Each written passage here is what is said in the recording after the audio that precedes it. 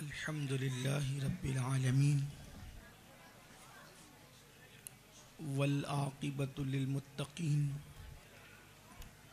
والصلاة والسلام على سيد الأنبياء والمرسلين وعلى آله وأصحابه الطيبين الطاهرين أما بعد فأعوذ بالله من الشيطان الرجيم بسم الله الرحمن الرحيم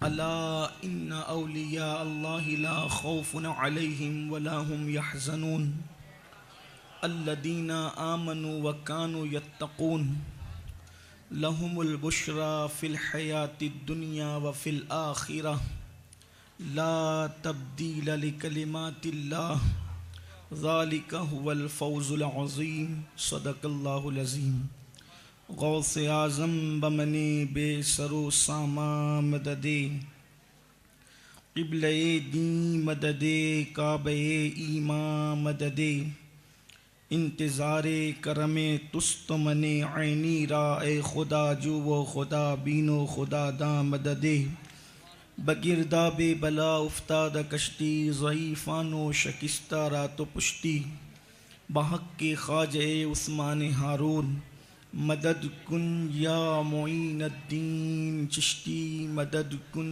یا معین الدین چشتی مدد کن یا معین الدین چشتی۔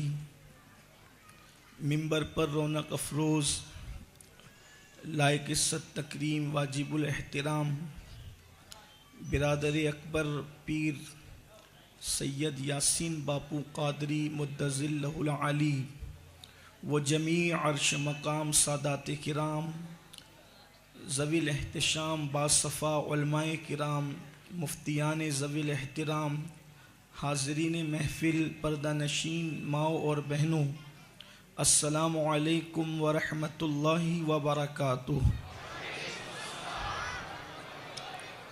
انتہائی احترام و عقیدت کے ساتھ اپنے اور ساری کائنات کے مرکز عقیدت انیس بے کساں چارہ ساز درد منداں، ہم غریبوں کے غم گسار، ہم فقیروں کی ثروت، شہر یار ارم تاجدار حرم نوبہار شفاعت، شب اسرا کے دولہا نوشے بزم جنت، دانائے سبل مولائے کل ختم الرسل، خسرو خوباں سیاح لامکاں وجہ کن فکاں، در اللہ المکنون سر اللہ المخزون عالم ما کانا وما یکون، آب و گل انبیاء جان و دل اصفیاء، مطلع ہر سعادت مقطع ہر سیادت، خلاصہ کائنات فخر موجودات، حضور احمد مجتبیٰ محمد مصطفیٰ، ارواحنا فدا صلی اللہ تعالی علیہ وآلہ وصحبہ وبارک وسلم کی بارگاہ بے کس پناہ میں جس طریقے سے پڑھاؤں بلند آواز سے میرے ساتھ مل کر پڑھیں۔ الصلاۃ والسلام علیک یا رسول اللہ، الصلاۃ والسلام علیک یا نبی اللہ، الصلاۃ والسلام علیک یا حبیب اللہ، وعلی آلک واصحابک یا نور اللہ، صلی اللہ تعالی علیہ وسلم۔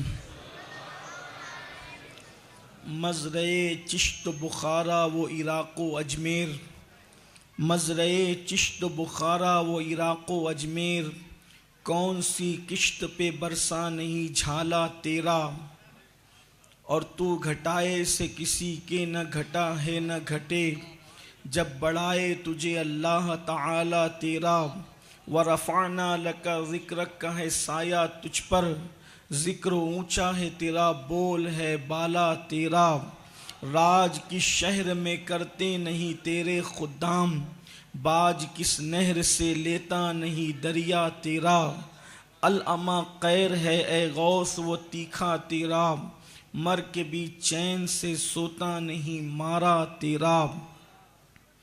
آج کی یہ محفل قطب الاقطاب شیخ المشائخ مرشد سرکار غریب نواز حضور سیدی مرشدی آقائی و مولائی سیدنا سید خواجہ عثمان ہارونی یا ہرونی رضی اللہ تبارک و تعالی عنہ کی یاد میں انعقاد پذیر ہے۔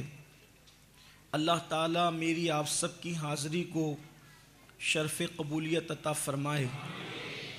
آیہ کریمہ کی تلاوت کی، اس میں اللہ تبارک و تعالیٰ نے اپنے ولیوں کی شان بیان فرمائی۔ ہم جس پرفتن دور سے گزر رہے ہیں، اس دور میں افراط اور تفریط کا ماحول ہے۔ ایک طبقہ وہ ہے جو بالکل اولیاء اللہ کو ماننے کے لیے تیار نہیں، اور دوسرا طبقہ وہ ہے کہ ہر کسی ایرے غیرے کو ولایت کی سند دینے کے لیے مکمل بے باکی کا اظہار کر رہا ہے۔ لیکن اہل سنت و جماعت یہ مسلک اعتدال ہے، نہ یہاں افراط ہے نہ تفریط۔ ہم لوگ ولیوں کو مانتے ہیں اور اس شان سے مانتے ہیں جو قرآن و سنت میں نشاندہی کی گئی ہے، اس کے مطابق مانتے ہیں۔ اللہ نے ولی کی شان ایک مقام پر نہیں بیان کی، بلکہ قرآن میں کئی مقامات پر بیان فرمائی، اور ان کے بارے میں اللہ نے فرمایا کہ نہ ان کو کوئی خوف ہے نہ ان کو کوئی غم ہے۔ یہ آپ نے بار بار ہمارے علماء، مشائخ، سادات، خطبہ اور دانشوروں سے سماعت فرمایا۔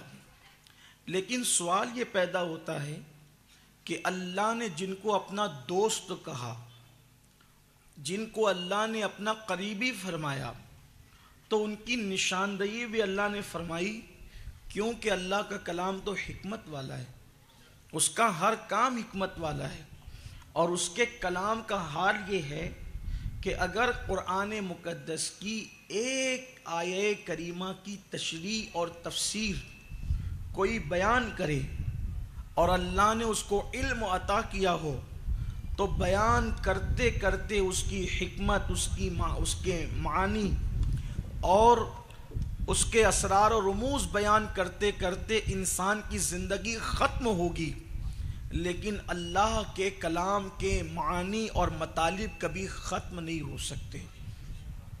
ہمارے بزرگوں نے فرمایا، جس کو امام عبد الوہاب شعرانی نے لکھا کہ نزول قرآن بند ہو گیا مصطفیٰ جان رحمت کی ذات پر، نزول قرآن مکمل ہو گیا مصطفیٰ جان رحمت کی ذات پر، لیکن معنی نزول قرآن آج بھی ایمان والوں کے دلوں پر مسلسل ہے۔ قرآن کا معنی آج بھی نازل ہو رہا ہے۔ بعض بزرگوں نے لکھا، جب کوئی کثرت سے قرآن پڑھتا ہے، کثرت سے قرآن کی تلاوت کرتا ہے اور قرآن سے اس کا رشتہ اتنا مضبوط ہو جاتا ہے، تو ایک مقام وہ آتا ہے کہ قرآن کے الفاظ اس کو خود بتاتے ہیں کہ میرا اصل معنی کیا ہے۔ اللہ کی کتاب، اس کتاب کے علاوہ کسی کتاب میں یہ خصوصیت نہیں کہ کتاب اپنا معنی خود بتائے، لیکن ہر ایک کو، ہمیں اور آپ کو یہ نہیں ہوتا۔ جو لوگ قرآن کے اس سمندر میں ڈوب جاتے ہیں، قرآن کے اس سمندر میں غوطہ زن ہو جاتے ہیں، پھر ایسا ہوتا ہے کہ قرآن مقدس اس کا معنی خود بیان کرتا ہے کہ میرا مطلب کیا ہے۔ تو بہرحال جو ہمارے بزرگوں سے ہم نے ظاہری طور پر سنا وہ یہ ہے کہ اللہ کے ولیوں کو نہ خوف ہے نہ غم ہے، وہ لوگ خوف سے بھی بے نیاز ہے، وہ غم سے بھی بے نیاز ہے، اور اللہ نے اپنی عطا سے ان کو اختیارات عطا فرمائے، یعنی کہ اللہ تبارک و تعالیٰ کے وہ بندے جنہیں ہم ولی کہتے ہیں، اگر وہ کرم فرما دے، وہ چاہیں تو کسی کو اولاد مل جائے، کسی کو روزی ان کی دعا سے مل جائے، کسی کی قسمت بدل جائے، کسی کی تقدیر سنور جائے، وہ کسی کے سر پہ ہاتھ رکھ دے تو ادنا کو اعلیٰ بنا دے، اور کسی کو گھور دے غصے سے تو اعلیٰ کو ادنا بنا دے۔ گویا کہ وہ ذرے کو آفتاب اور آفتاب کو ذرہ بنانے کی قوت رکھتے ہیں۔ اللہ کی عطا سے انہی اولیاء کرام کی شان قرآن یوں بیان کرتا ہے کہ وہ ولی کون لوگ ہیں۔ تو پہلی بات قرآن کہتا ہے الذین آمنوا، کہ وہ جو ولی ہیں وہ ایمان والے ہیں۔ بے ایمانوں میں کوئی ولی نہیں، بلکہ جو لوگوں کے پاس ایمان نہیں ہے ان میں کوئی ولی ہو نہیں سکتا۔ اسی لیے آپ دیکھیں کہ 72 فرقوں میں آپ کو عالم ملے گا جسے وہ عالم کہتے ہیں، محدث ملے گا جسے وہ محدث کہتے ہیں، خطیب ملے گا جسے وہ خطیب کہتے ہیں، مفکر ملے گا جسے وہ مفکر کہتے ہیں۔ غرض کہ ان کے یہاں ساری ڈگریاں مل جائے گی، لیکن اگر آپ ولی ڈھونڈنے نکلو گے تو اہل سنت و جماعت کے علاوہ آپ کو کہیں ولی نظر نہیں آئے گا۔ آپ تلاش کر لیں، آپ ڈھونڈ لیں، روافظ میں ڈھونڈ لیں، آپ کو کوئی ولی نہیں ملے گا۔ اسی طریقے سے خوارج اور ناصبیوں میں ڈھونڈ لیں، بد مذہبوں میں ڈھونڈ لیں، آپ کو کوئی ولی نہیں ملے گا۔ اور اگر کہیں پر وہ یہ کہیں گے کہ فلاں ولی کو تو ہم بھی مانتے ہیں تو گویا کہ وہ آپ کو دھوکہ دیں گے۔ لیکن آپ ان سے پوچھیں گے اگر آپ غوث پاک کو مانتے ہو تو یہ بتاؤ کہ جو عقیدہ سرکار غوث پاک کا تھا کیا وہی عقیدہ آپ کا ہے؟ کیا جو عقیدہ غریب نواز کا تھا کیا وہی عقیدہ آپ کا ہے؟ اللہ اکبر۔ مثال کے طور پر آج کل کچھ لوگ اپنے آپ کو چشتی صابری بھی کہتے ہیں، حضور کے علم غیب کا انکار بھی کرتے ہیں، امام حسین کو وہ صرف حضرت حسین کہتے ہیں، امام بخاری کو امام کہیں گے، امام مسلم کو امام کہیں گے، امام ترمذی کو امام کہیں گے، حتیٰ کہ اپنے محلے کی مسجد کو امام صاحب کہیں گے۔ لیکن جب امام حسین کہنے کی باری آتی ہے تو وہ امام نہیں کہیں گے، حضرت حسین حضرت حسین حضرت حسین کہیں گے۔ تو اب اگر آپ اپنے آپ کو چشتی کہتے ہو تو کیا غریب نواز کے عقیدے کے مطابق تمہارا عقیدہ ہے؟ سچے چشتی تو ہم ہیں، کیونکہ جب اجمیر مقدس سے آواز آئی کہ حسین کون ہے تو کہتے ہیں شاہ است تو حسین، بادشاہ است تو حسین، دین است تو حسین، دی پناہ است تو حسین، سرداد نداد دست در دست یزید، حقا کی بنائے لا الہ است تو حسین۔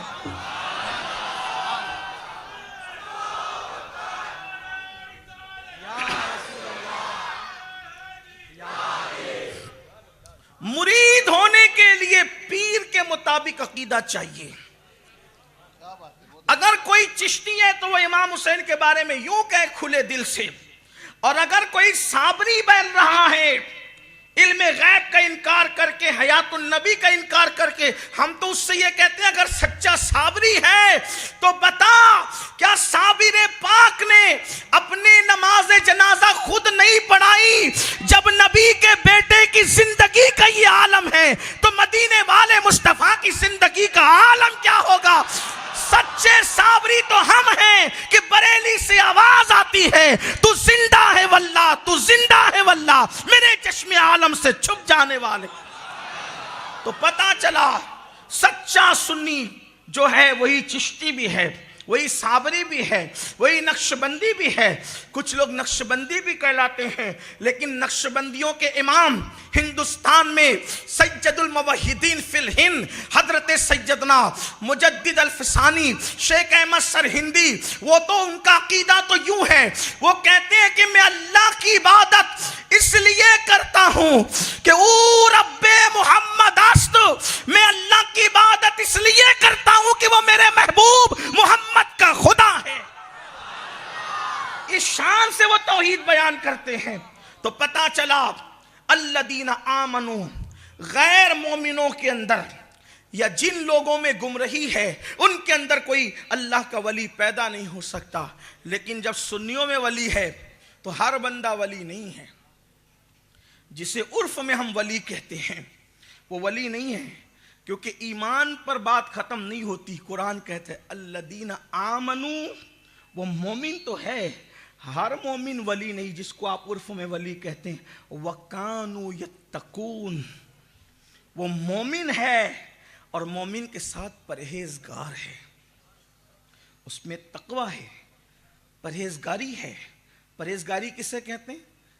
پرہیزگاری کہتے ہیں بچنے کو. پرہیزگاری کہتے ہیں بچنے کو. جو صحت کو خراب کر دے، ان غذا سے انسان بچتا ہے، مطلب پرہیز کرتا ہے. اور انسان صحت کا کتنا لالچی ہے.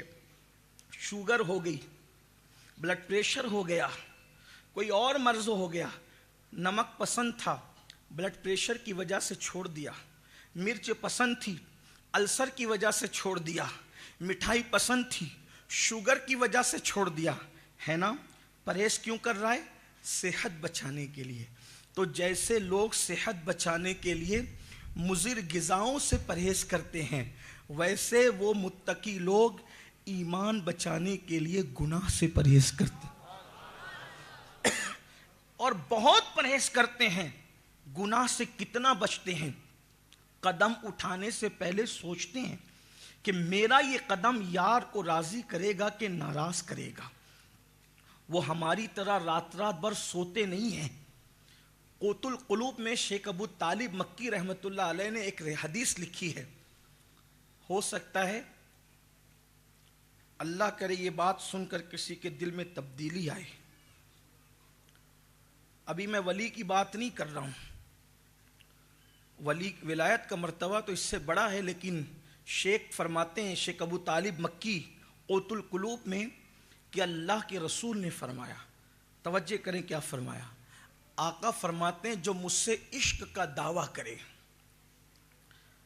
بات آگے بڑھانے سے پہلے صرف میں سمجھ لوں اتنا کہ اس مجمع میں کون کون ہے جو عاشق رسول ہے. الحمدللہ، الحمدللہ. اللہ کرے ہم عاشق ہوں. لیکن اب جس سے عشق کا ہم دعویٰ کرتے ہیں وہ رسول سے پوچھیں. شیخ ابو طالب مکی، شیخ ابو طالب مکی کون ہے؟ آپ پہلے ان کو سمجھ لیں. شیخ ابو طالب مکی وہ ہیں کہ داتا صاحب جیسے لوگ جن کی تعریف کرتے ہیں، اور داتا صاحب وہ ہیں غوث پاک جیسے لوگ جن کی تعریف کرتے ہیں. یعنی کوئی چھوٹی موٹی ہستی کی بات نہیں ہو رہی ہے. صوفیاء کرام کی صف اول کے صوفی، اور جن لوگوں نے شروعات کے دنوں میں کتاب لکھی ہے تصوف پر، وہ شیخ ابو طالب صاحب قوت القلوب فرماتے ہیں حدیث پاک لکھتے ہوئے کہ اللہ کے رسول نے فرمایا جو مجھ سے عشق کا دعویٰ کرے اور پوری رات سویا رہے. آقا فرماتے ہیں جو مجھ سے عشق کا دعویٰ کرے اور پوری رات سوتا رہے، آقا فرماتے ہیں کہ میں محمد اعلان کرتا ہوں کہ وہ جھوٹا ہے. یعنی جو عشق رسول کا دعویٰ کرے، غور کریں سب عاشق رسول. مجھے بہت اچھا لگتا ہے جب میری محفل میں، ہمارے سنیوں کی محفل میں نعرہ لگتا ہے غلامی رسول میں موت بھی قبول ہے. اللہ آپ کے جذبے کو سلامت رکھے. سلام کرتا ہوں لبیک یا رسول اللہ سے جب ہماری محفلیں گونجتی ہے تو میرا ایک ایک روحاں روحاں آپ کو دعا دیتا ہے. لیکن اے عشق مصطفیٰ کا دعویٰ کرنے والوں، اے محبت رسول کا دعویٰ کرنے والوں، جس سے عشق کا دعویٰ کر رہے ہو، وہ آقا نے معیار کیا رکھا ہے؟ فرماتے ہیں جو مجھ سے عشق کا دعویٰ کرے اور پوری رات سوتا رہے وہ جھوٹا ہے، جھوٹا. اب آپ مجھے بتائیں اس کا مطلب آقا کے فرمان کا مفہوم جو ہمارے سمجھ میں آتا ہے بزرگوں کے سمجھائے سے، یہ کہ جو عشق کا دعویٰ کرتا ہے یعنی جو عاشق ہوگا وہ کبھی پوری رات سوئے گا نہیں، بلکہ راتوں کو جگے گا، راتوں کو محبوب کا ذکر کرے گا، راتوں کو محبوب کی یاد میں روئے گا، راتوں کو محبوب کے لیے تڑپے گا، راتوں کو محبوب کے لیے آہو بکا کرے گا، راتوں کو محبوب کا تذکرہ کرے گا. وہ تڑپے گا اس لیے کہ تڑپنا وہی ہوتا ہے جہاں عشق ہوتا ہے، مچلنا وہی ہوتا ہے جہاں عشق ہوتا ہے. اللہ اکبر. آہو بکا وہی ہوتا ہے جہاں عشق ہوتا ہے. اب مجھے بتاؤ جو پوری رات سوئے، آقا فرماتے وہ جھوٹا ہے. وہ عاشق نہیں ہو سکتا۔ اب مجھے بتاؤ، اور جو صبح بھی فجر میں سوتا رہے وہ کتنا بڑا جھوٹا ہوگا؟ یعنی عاشق تو فجر تو دور کی بات ہے، وہ راتوں کو بھی چین سے نہیں سو سکتا۔ اگر بات سمجھ میں نہیں آتی تو بڑی علماء سے معذرت چاہتے ہوئے، بزرگوں اور سادات سے معذرت چاہتے ہوئے ایک بیتوکی بات کرتا ہوں، لیکن سمجھانے کے لیے، اپنے شوق اور ذوق کو تسکین دینے کے لیے نہیں۔ ارے نادان، اپنے جیسے کسی سے پیار ہو جائے تو تجھے راتوں کو چین کی نیند نہیں آتی، تو موبائل لے کر کے رات بھر چیٹنگ کرتا ہے اور اس سے رابطے کی کوشش کرتا ہے۔ اپنے جیسے سے پیار ہو جائے تو تیرا چین گیا، تیری نیند گئی، تیری آنکھوں کی راحت گئی، اور اس سے تو رابطے کے لیے کوششیں اور کاوشیں کرتا ہے۔ کبھی اس کے لیے جگتا ہے، کبھی اس کے لیے روتا ہے، کبھی اس کے لیے آہیں بھرتا ہے۔ اپنے جیسے سے محبت ہوئی تو تو اتنی نیند قربان کرتا ہے، اور خدا کے محبوب سے محبت کا دعویٰ کر کے تو رات بھر سو رہا ہے۔ تو آقا فرماتے وہ جھوٹا ہے، جھوٹا، اور پھر جو فجر میں بھی نہ آئے اس سے بڑا جھوٹا کون ہو سکتا ہے؟ اب آپ مجھے بتاؤ، یہ تو عام عاشقوں کی بات ہوئی، لیکن وہ عاشقان رسول، وہ عشاق رسول جن کو اولیاء اللہ کہا جاتا ہے، ان کا حال کیا ہے؟ اللہ اکبر، وہ گناہ سے بچتے بھی ہیں، رات بھر اللہ کی عبادت بھی کرتے ہیں۔ ان کا حال یہ ہے کہ اللہ اکبر، شام ہوتی ہے تو جیسے پرندے شوق سے گھونسلے کی طرف بڑھتے ہیں، ویسے اللہ والے رات جب ہوتی ہے ان کو ایک عجیب قسم کی خوشی ہوتی ہے۔ وہ سوچتے ہیں کہ سب اپنے گھروں کو لوٹیں گے اور ہم اپنے محبوب کی طرف لوٹیں گے، سب اپنے اپنے محبوبوں سے ملیں گے اور ہم اپنے محبوب سے ملیں گے۔ کسی کا محبوب گھر میں ملے گا، کسی کا محبوب دریا کے کنارے ملے گا، کسی کا محبوب کہیں ملے گا، کسی کا محبوب کہیں ملے گا، اور ہمارا محبوب ہمیں مصلی پر ملے گا، تاکہ ہم اللہ کی بارگاہ میں سجود نیاز لٹائیں گے۔ تو یاد رکھو، اللہ کے ولی وہ ہیں جو ایمان والے بھی ہیں اور متقی اور پرہیزگار بھی ہیں۔ پھر قرآن ان کے لیے کیا کہتا ہے؟ لہم البشریٰ فی الحیات الدنیا وفی الآخرہ، انہی کے لیے تو بشارت ہے، دنیا میں بھی بشارت ہے اور آخرت میں بھی ان کے لیے بشارت ہے۔ اور سنو، اللہ نے جو اعلان کر دیا ہے وہ یہ کلمات بدلنے والے نہیں ہیں، اور یہی لوگ کامیاب لوگ ہیں۔ یہ حدیث مبارکہ کا، یہ آیت مبارکہ کا مختصر سا مفہوم میں نے آپ کے سامنے پیش کیا۔ اب آؤ اس آیہ کریمہ کے تناظر میں اس مرد قلندر کو دیکھتے ہیں جسے دنیا خواجہ عثمان ہارونی یا خواجہ عثمان ہرونی کے نام سے جانتی ہے۔ جانتے ہیں خواجہ عثمان ہارونی کون تھے؟ اللہ اکبر، پہلی بات تو یہ 14ویں پشت میں مولائے کائنات کی اولاد میں سے ہے، یعنی حسینی صحیح النسب سادات میں سے ہے۔ اللہ اکبر، لیکن خواجہ عثمان ہارونی کا تقویٰ تھا، سید ہو کر بھی پوری زندگی کبھی اپنا تعارف سید کی حیثیت سے نہیں کروایا، اللہ کی خشیت کی وجہ سے، اللہ کے خوف کی وجہ سے۔ اسی لیے بہت سارے مورخین کو یہ مغالطہ ہو گیا کہ خواجہ عثمان ہرونی سادات میں سے نہیں، حالانکہ ہمارے علماء اور محققین کی تحقیق یہ ہے کہ آپ مولائے کائنات کی 14ویں پشت میں حسینی سادات میں سے ہے۔ اس کے بعد آپ اس مرد قلندر کی عظمتوں کا اندازہ کریں جس نے غریب نواز جیسی شخصیت کو اپنی 2 انگلیوں کے درمیان 18,000 عالم دکھائے تھے۔ آپ ذرا سوچیں تو صحیح، آج لوگ کہتے ہیں کر لو دنیا مٹھی میں، دنیا جو ہے ایک گلوبل ولیج بن چکی ہے اور دنیا مٹھی میں آ چکی ہے۔ مجھے اس بات پر بھی حیرت ہے، لوگ موبائل کی وجہ سے دنیا کو مٹھی میں آج کہہ رہے ہیں، ٹیکنالوجی کی وجہ سے دنیا کو مٹھی میں آج کہہ رہے ہیں، لیکن آج سے کم و بیش 900 سال پہلے علی کے اس بیٹے نے، حسین کے اس راج دلارے نے غریب نواز کو اپنی 2 انگلیوں کے درمیان 18,000 عالم دکھا کر کے بتا دیا کہ دنیا اللہ اکبر 5 صدیوں کے بعد جہاں نہیں پہنچ سکتی، اللہ کا ولی 5 صدیاں پہلے اس کے آگے نظر آتا ہے۔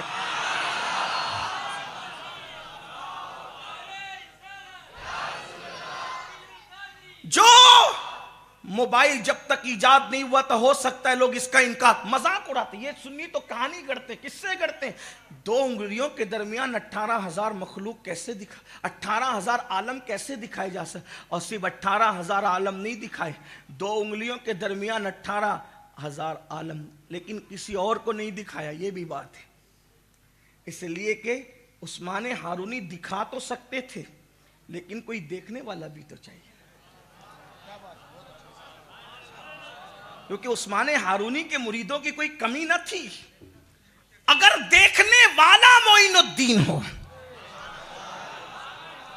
اگر دیکھنے والی آنکھیں معین الدین کی ہو اور دکھانے والے عثمان ہارونی ہو, اور دونوں کو تو دیکھیں, عثمان ہارونی جیسا مرشد اور معین الدین جیسا مرید, دیکھنے والے غریب نواز. ہندوستان والوں, ہم کہیں سے بھی مایوس نہیں, اس لیے کہ جو معین الدین دیکھنے کی یہ نگاہ رکھتا ہو کہ مرشد کی 2 انگلیوں کے درمیان 18,000 عالم دیکھ لیں, وہ ہندوستان کے خواجہ اعظم ہیں, وہ ہندوستان میں 90 لاکھ کو کلمہ پڑھانے والے ہیں, وہ ہندوستان کے سچے بادشاہ ہیں, اور ہم ان کی رعایا ہیں. اس لیے کہ بادشاہ کوئی بھی آیا ہم نے اس کا انکار نہیں کیا, لیکن ہمارا عقیدہ تو یہی رہا کہ زمین ہندوستان کا راجا ہمارا خواجہ سدا رہے گا. عوام نے جن کو بادشاہ بنایا چند سالوں کے لیے بنایا, لیکن مدینے کے تاجدار نے جس کو بادشاہ بنایا قیامت تک کے لیے بنایا. 18,000 عالم دکھائے 2 انگلیوں کے درمیان. اسی پہ بس نہیں کیا, پھر فرمایا جاؤ اتنا یہ پڑھو, اتنا یہ پڑھو, اتنا یہ پڑھو. ہے اس میں ملفوظات میں درود کا ذکر ہے, قل ہو اللہ شریف کا ذکر ہے, سورۃ الفاتحہ کا ذکر ہے, یہ پڑھو, کلمہ شریف کا ذکر ہے, یہ پڑھو یہ پڑھو. پھر آئے تو فرمایا نیچے دیکھو, تو نیچے دیکھا تو کہاں تک دیکھ رہے ہو؟ تو کہتے ہیں میں تحت الثری تک دیکھ رہا. اوپر دیکھو, کہ میں اوپر عرش اعظم تک دیکھ رہا ہوں. فرمایا تیرا کام ہو گیا. اتنے مختصر سے وقت میں کسی نے کبھی کسی کا کام کیا ہو تو بتاؤ. غریب نواز کے مرشد نے اتنے مختصر وقت میں. اب آپ اندازہ کریں سرکار عثمان ہارونی, غریب نواز فرماتے ہیں نفل عبادتوں سے جو مرتبہ مجھے نہ ملا وہ اپنے پیر عثمان ہارونی کا بستر لے کر جو میں ان کی خدمت کرتا رہا, اللہ نے اس خدمت کی وجہ سے مجھے مرتبہ عطا فرمائے. اس لیے کہ جس کو جو بھی ملا خدمت سے ملا. ماں کی خدمت نے اویس قرنی بنایا, ماں کی خدمت نے کسی کو مخدوم ماہمی بنایا, ماں کی خدمت نے کسی کو بایزید بستامی بنایا, اور جن کو ماں باپ کی خدمت کا موقع نہ ملا, بچپنے میں وصال کر گئے ماں باپ, تو پھر انہوں نے پیروں کی خدمت کی, تو کوئی عثمان ہارونی بنا, کوئی علاؤ الحق پنڈوی بنا. یہ مخدوم اشرف جہانگیر سمنانی ہمارے مخدوم صاحب کے جو پیر و مرشد علاؤ الحق پنڈوی ہے, فرماتے ہیں کہ میرے مرشد کو, علاؤ الحق پنڈوی کہتے ہیں میرے مرشد کو گرم کھانا پسند تھا, تو چونکہ اس وقت آسانی کے ساتھ گرم کھانا نہیں مل سکتا تھا جنگل و بیابان میں, تو کہتے ہیں کہ میں جلتی ہوئی آگ کی سیگڑی لے کر اپنے سر پہ گھومتا تھا کہ مرشد پتہ نہیں کب گرم کھانا طلب کر لیں اور ان کو پیش کرنا پڑے, تو میرے سر کے بال جل گئے. پھر اللہ تعالیٰ نے یہ مرتبہ عطا فرمائے. آج کل تو ساری رسومات ہے, نہ پیر ملتے ہیں الا ماشاءاللہ ایسے, حالانکہ ابھی بھی ہیں, انکار نہیں, لیکن مریدوں کا حال تو بڑا برا ہے. جس اچھے مقرر کی تقریر سن لی پیر بدل دیا, پھر اس سے اچھا کوئی آیا پھر بدل دیا, پھر اس سے اچھا کوئی آیا پھر بدل دیا. اس طریقے سے دھوبی کا کتا بن کر رہا. جیسے بورنگ سمجھتے ہیں, بورنگ پانی کا جو وہ ہوتا ہے بور, تو یہاں کھودا, پھر چند منٹ کے بعد وہاں کھودا, پھر چند منٹ کے بعد وہاں کھودا, کھودتا رہا, کبھی پانی نہیں نکلا, مٹی میں پوری زندگی تباہ ہو گئی. لیکن ایک جگہ پکڑ کر کھودتا رہا، کبھی تو پانی نکل آئے گا۔ بس پیری مریدی اسی کا نام ہے۔ پیر کا دامن ایک بار پکڑا تو پھر ایسا پکڑا یک گیر محکم بگیر۔ پھر کیا ہوا؟ ایک نہ ایک دن دروازہ کھلے گا، دستک دیتے رہو۔ اگر پیر سچا سنی شریعت کا پابند ہے تو آپ کو خسرو بننے کی ضرورت ہے، آپ کا پیر محبوب الہی ہے۔ لیکن حالات بدل گئے، حالات میں تبدیلی آئی۔ اب لوگ رسول اللہ کو اتنی عقیدت سے نہیں مانتے۔ مفتیان کرام موجود ہیں، میں ان کی بارگاہ میں سبق سنانے کے طور پہ عرض کر رہا ہوں، لوگ رسول اللہ کو اتنی عقیدت سے نہیں مانتے آج جتنا پہلے لوگ اپنے پیر کو مانتے تھے۔ اور جب وہ پیر کو اتنا مانتے تھے تو رسول اللہ کو کتنا مانتے ہوں گے۔ آج لوگ کہتے ہیں تباہی کیوں ہے؟ رسول اللہ تو ہیں، تباہی کیوں ہے؟ اس لیے کہ اپنے نبی کو تم نے مانا کیسا؟ اللہ اکبر، کسی نے جینس ٹی شرٹ پہن کر نبی کے خلاف کچھ بکواس کرنی شروع کی، تقریر اچھی تھی، آپ اس کے ساتھ ہو گئے۔ کسی نے سر پہ اچھی پگڑی باندھ کر حضور کے خلاف بولنا شروع کیا، آپ اس کے ساتھ ہو گئے۔ لیکن حضور کو ماننے والے کیسے مانتے تھے، اس کا اندازہ اگر کرنا ہے تو میں، حالانکہ میرا عنوان کچھ اور ہے، میں جلدی اس کی طرف آنا چاہتا ہوں، لیکن دھیان سے سننا، کیسے مانا پیر کو تھوڑا سا بتانا چاہتا ہوں۔ وہ لوگ جو اہل عقل ہیں اپنے کانوں پہ ہاتھ رکھ لیں، اس لیے کہ عشق کی بات ہونے لگی ہے۔ خواجہ عثمان ہرونی کی محفل ہے، اہل عشق کی محفل ہے، بات عشق کی ہے۔ حالانکہ دلائل بھی ہمارے پاس موجود ہیں، لیکن کتابوں میں لکھا بھی ہے، لیکن لوگ اگر خواجہ عثمان ہرونی کا تذکرہ، بابا فرید کا تذکرہ ہم سے کہے بخاری میں دکھاؤ تو ہم کہیں گے میرے عزیز بخاری پہلے لکھی گئی ہے، یہ لوگ بعد میں تشریف لائے ہیں۔ اب اگر آپ کہتے ہیں کہ یہ بھی بخاری میں دکھائیں تو پھر ایسا لگتا ہے کہ کہیں آپ کے دل کو تو بخار نہیں آیا ہے، اس لیے یاد رکھنا۔ اور پھر یہ بھی آپ سے کہنا چاہتا ہوں، ہم بخاری کا کلمہ نہیں پڑھتے، امام بخاری کا کلمہ نہیں پڑھتے، ہم تو محمد الرسول اللہ کا کلمہ پڑھتے۔ ہم کتاب کی بنیاد پہ نبی کو نہیں مانتے، ہم نبی کی بنیاد پر کتابوں کو مانا کرتے ہیں۔ اگر ہمارے نبی کا فرمان کسی دیوار پر لکھا ہو تو وہ دیوار بھی ہمارے لیے لائق احترام ہو جاتی ہے، کیونکہ ہمارا مسلک ہے، ہم عشق کے بندے ہیں۔ کیوں بات بڑھائی ہے، لیکن بہرحال ہم اس میں بھی حد سے تجاوز نہیں کرتے۔ بات عرض کر رہا تھا، آج میری قوم اپنے نبی کو بھی اس عقیدت سے نہیں مانتی۔ پہلے جس عقیدت سے پیروں کو مانا جاتا تھا، اور پھر جب پیروں کو اتنی عقیدت سے مانا جاتا تھا تو رسول اللہ کی عقیدتوں کا عالم کیا ہوگا؟ بس اسی پر بات کرنا چاہتا ہوں۔ اللہ اکبر، دنیا کے حالات بدلیں گے، دنیا میں انقلاب آئے گا، دنیا میں مومنوں کو عزت ملے گی۔ بس کوئی مومن تو بنے، کوئی سچا عاشق رسول تو بنے، حضور سے کوئی سچی محبت تو کرے۔ اللہ اکبر، تقریروں کی بنیاد پر عقیدے بدل رہے ہیں۔ کسی نے تقریر کی عقیدہ بدل گیا، کسی نے حادثات میں مدد کی عقیدہ بدل گیا، متاثر ہو گئے عقیدہ بدل گیا، کسی سے رشتہ داری ہوئی عقیدہ بدل گیا، کسی سے دوستی داری ہوئی عقیدہ بدل گیا۔ یاد رکھو میری قوم کے جوانوں، جس وقت بدر کے میدان میں فاروق اعظم نے کہا تھا یا رسول اللہ مجھے اجازت دو کہ میں اپنے ماموں پر حملہ کروں، مولا علی نے کہا تھا یا رسول اللہ اجازت دے کہ وہ میرا چچا جو ہے وہ سامنے کی طرف ہے میں اس پہ حملہ کروں، مصعب ابن عمیر نے کہا تھا حضور اجازت دو کہ میں اپنے بھائی پر حملہ کروں، کیونکہ آج سے پہلے ہمارے جتنے رشتے تھے وہ خون اور برادری اور وطن کی بنیاد پر تھے، لیکن جب سے ہم نے رسول اللہ سے لوگوں کو دشمنی کرتے دیکھا ہم نے طے کر لیا اب خون کی بنیاد پہ رشتے نہیں ہوں گے، اب برادری کی بنیاد پہ رشتے نہیں ہوں گے، اب وطن کی بنیاد پہ رشتے نہیں ہوں گے، رشتے تو محمد رسول اللہ کی وفاداری کی بنیاد پر۔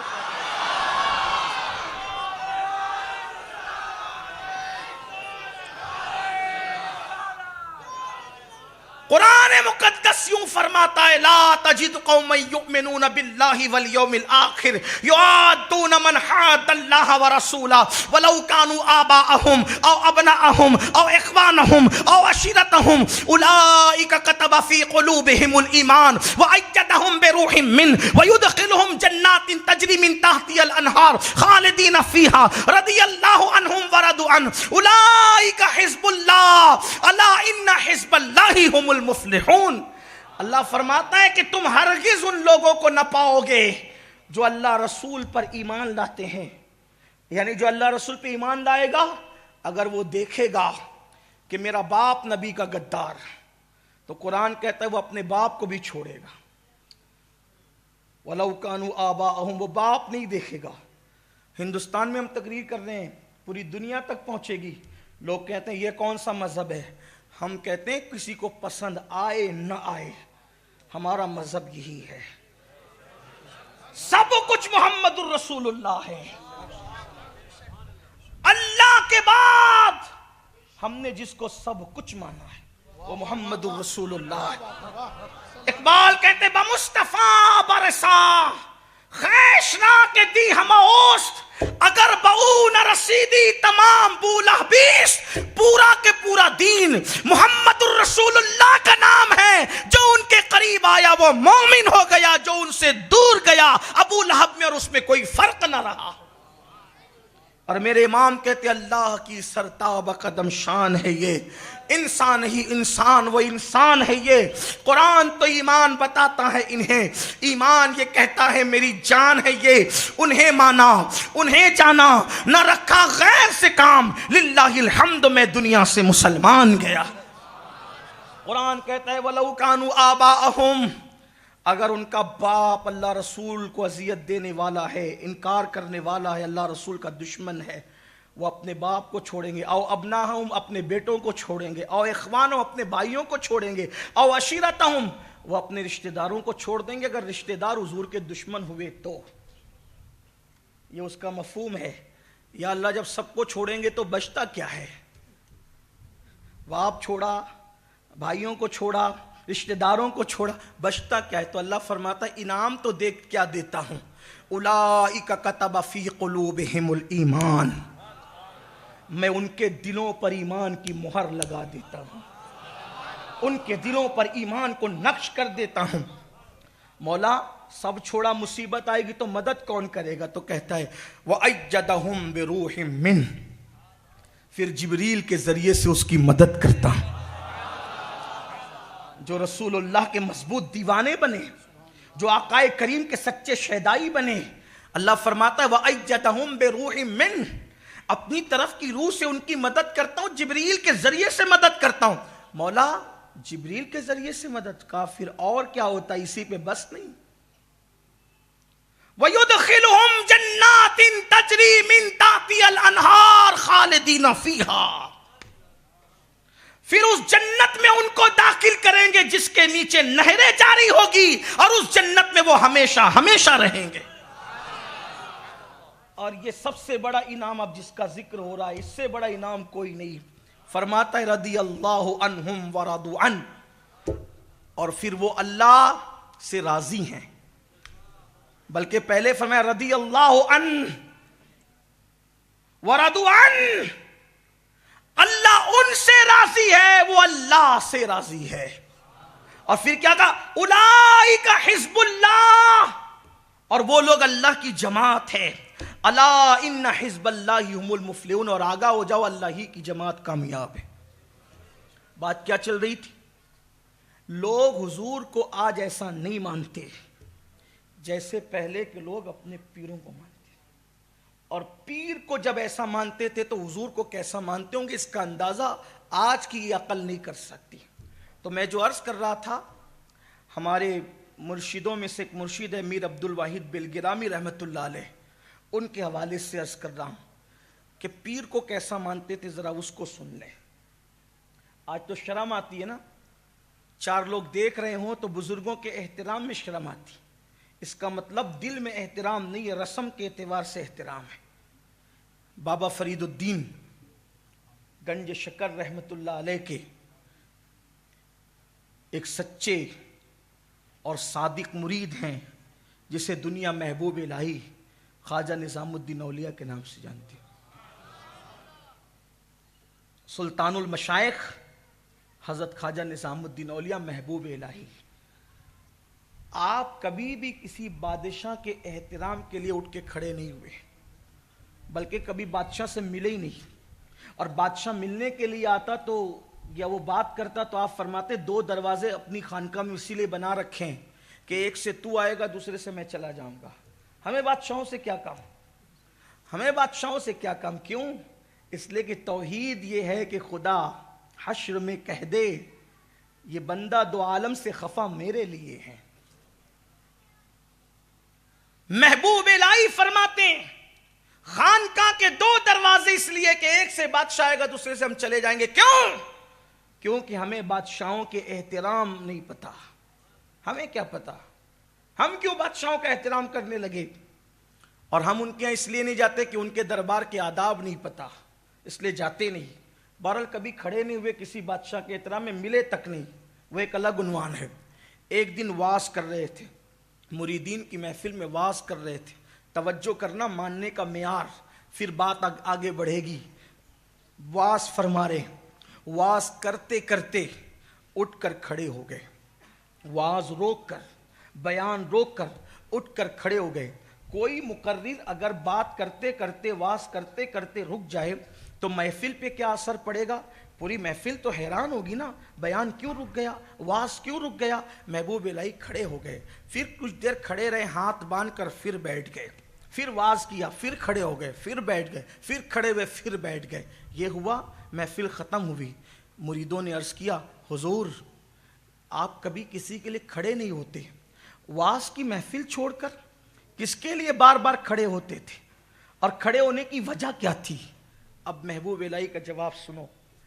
پھر کہتا ہوں جن کو ہضم نہیں ہوتا وہ چھوڑ دیں، لیکن چونکہ ہم عشق و محبت والے لوگ ہیں، صوفیہ اور اولیاء کے ماننے والے لوگ ہیں، حضرت محبوب الہی نے فرمایا میرے یاروں، میرے پیر بھائیوں، میرے نبی کے غلاموں، میرے مرشد کے غلاموں، جب میں تمہارے درمیان وعظ کر رہا تھا تمہارا چہرہ میری طرف تھا، میرا چہرہ دروازے کی طرف تھا، تو دراصل بات یہ تھی کہ میرے پیر و مرشد بابا فرید الدین گنج شکر کی خانقاہ جو پاک پٹن میں ہے، اس پاک پٹن کے اندر ایک گلی ہے، مرشد کی گلی.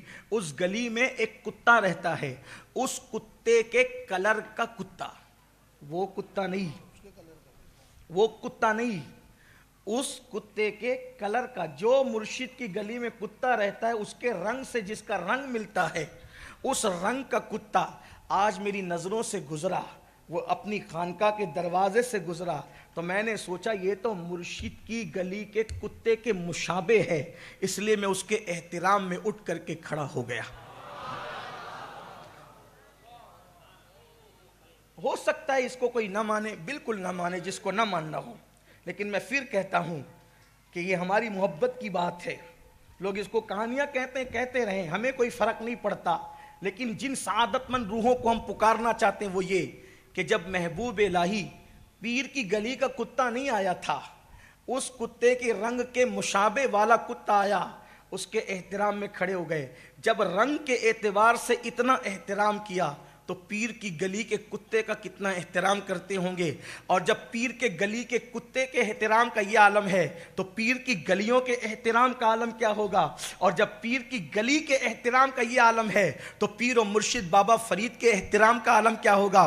اور جو پیر کا اتنا احترام کرتا ہو پھر وہ رسول اللہ کا کس طرح احترام کرتا ہوگا، کس طرح تعظیم کرتا ہوگا. میرے آقا صلی اللہ علیہ وآلہ وسلم کے دیوانوں، آپ سمجھیں ہم حضور علیہ السلام کا کیا احترام کرتے ہیں، حضور کی کیا تعظیم کرتے ہیں.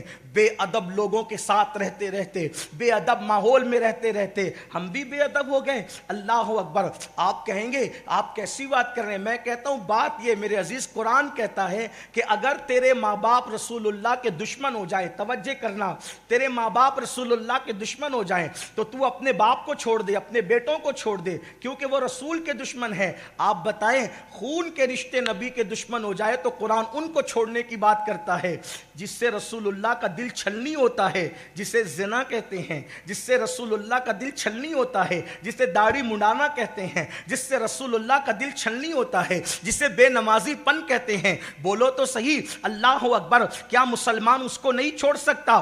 کیوں نہیں چھوڑ رہے ہیں؟ اس لیے کہ رسول اللہ کے ادب کا تقاضا ہی نہیں پتا. پتا نہیں کسی نے ہمیں یہ سبق پڑھا دیا، عاشق ہونے کے لیے تو چند نعرے ہی کافی ہے، عاشق ہونے روکنے کے لیے تو چند فکرے ہی کافی ہے. یاد رکھنا میرے آقا صلی اللہ علیہ وآلہ وسلم کے دیوانوں، حضور کا وہ احترام مومنوں سے گیا، حضور کی وہ تعظیم لوگوں سے گئی. اس لیے آج مسلمان ذلت و رسوائی کی گھاٹی کے اندر بھٹک رہا ہے. تو میرے آقا صلی اللہ علیہ وسلم کے دیوانوں، جس کو جو ملا ادب سے ملا، جس کو جو ملا احترام سے ملا، جس کو جو ملا خدمت سے ملا، چاہے ماں باپ کی خدمت ہو، چاہے پیر و مرشد کی خدمت ہو، چاہے بڑوں کی خدمت ہو، چاہے بزرگوں کی خدمت ہو. اللہ اکبر. غریب نواز کہتے ہیں کم و بیش 20 سال یا 23 سال تک مرشد کا بستر لے کر کے گھومتا رہا، مرشد کی خدمت کرتا رہا. اور غریب نواز فرماتے ہیں میرے پیر و مرشد کو اللہ نے اتنا نوازا تھا.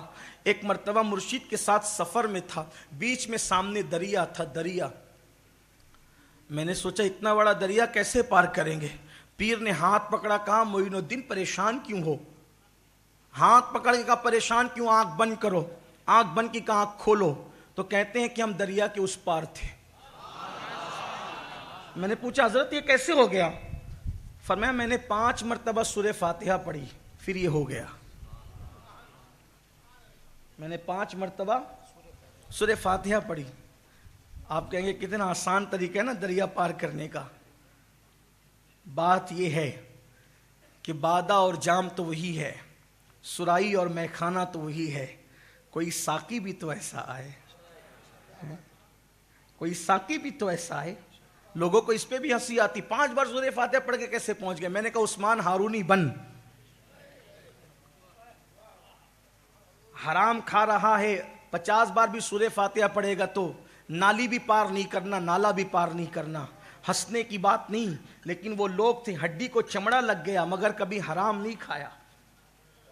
آج کتنے مسلمان ہیں جن کی زبانیں حرام سے محفوظ ہیں؟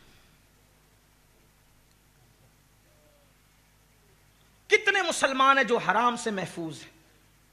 دیکھو ذرا، جانچو ذرا. آپ کہیں گے جن کے سود کے دھندے ہیں، جن کی تھیٹریں چل رہی ہے، جن کے شراب کے دھندے، وہی حرام کھاتے ہیں؟ نہ، وہ تو کھاتے ہی ہیں. جو جھوٹ بول کر کے کمائے وہ بھی تو حرام ہے، جو دھوکہ دے کر کمائے وہ بھی تو حرام ہے، جو عیب دار چیزوں کو اچھا بنا کر کے بتائے اور بے عیب بتا کر کے بیچے وہ بھی تو حرام ہے. کیا اسلام کا یہ نظریہ بھول گئے؟ اسلام صرف نماز روزے کا مذہب نہیں، اسلام تو تجارت بھی سکھانے آیا تھا. ایک مرتبہ غلہ ایک شخص بیچ رہے تھے، حضور علیہ السلام گئے اور غلے میں ہاتھ ڈال دیا. اندر ہاتھ ڈالا تو ہاتھ بھیگ کر کے نکلا. آقا نے فرمایا اللہ سے ڈر. بھیگا ہوا غلہ اندر ڈال دیا اور سوکھا ہوا اوپر رکھ دیا دھوکہ دینے کے لیے. مومن کبھی دھوکہ نہیں دیتا. اور اگر تو کہا بارش ہوئی تو غلہ بھیگ گیا، تو کہا پھر گیلا اوپر رکھ تاکہ کوئی دھوکہ نہ کھائے. یہ میرے نبی نے بتایا. آپ کہتے ہیں حالات بدل گئے، میں کہتا ہوں اللہ کی قسم کھا کے حالات نہیں بدلے، مسلمان بدل گیا. ہم بدلے، حالات بدلے. ہم پھر بدلیں گے، حالات پھر بدلیں گے. خواجہ عثمان ہرونی غریب نواز اور دیگر مریدوں کے ساتھ بیٹھے ہوئے ہیں. ایک بوڑھا آتا ہے لکڑی ٹیکتے ہوئے روتے دھوتے،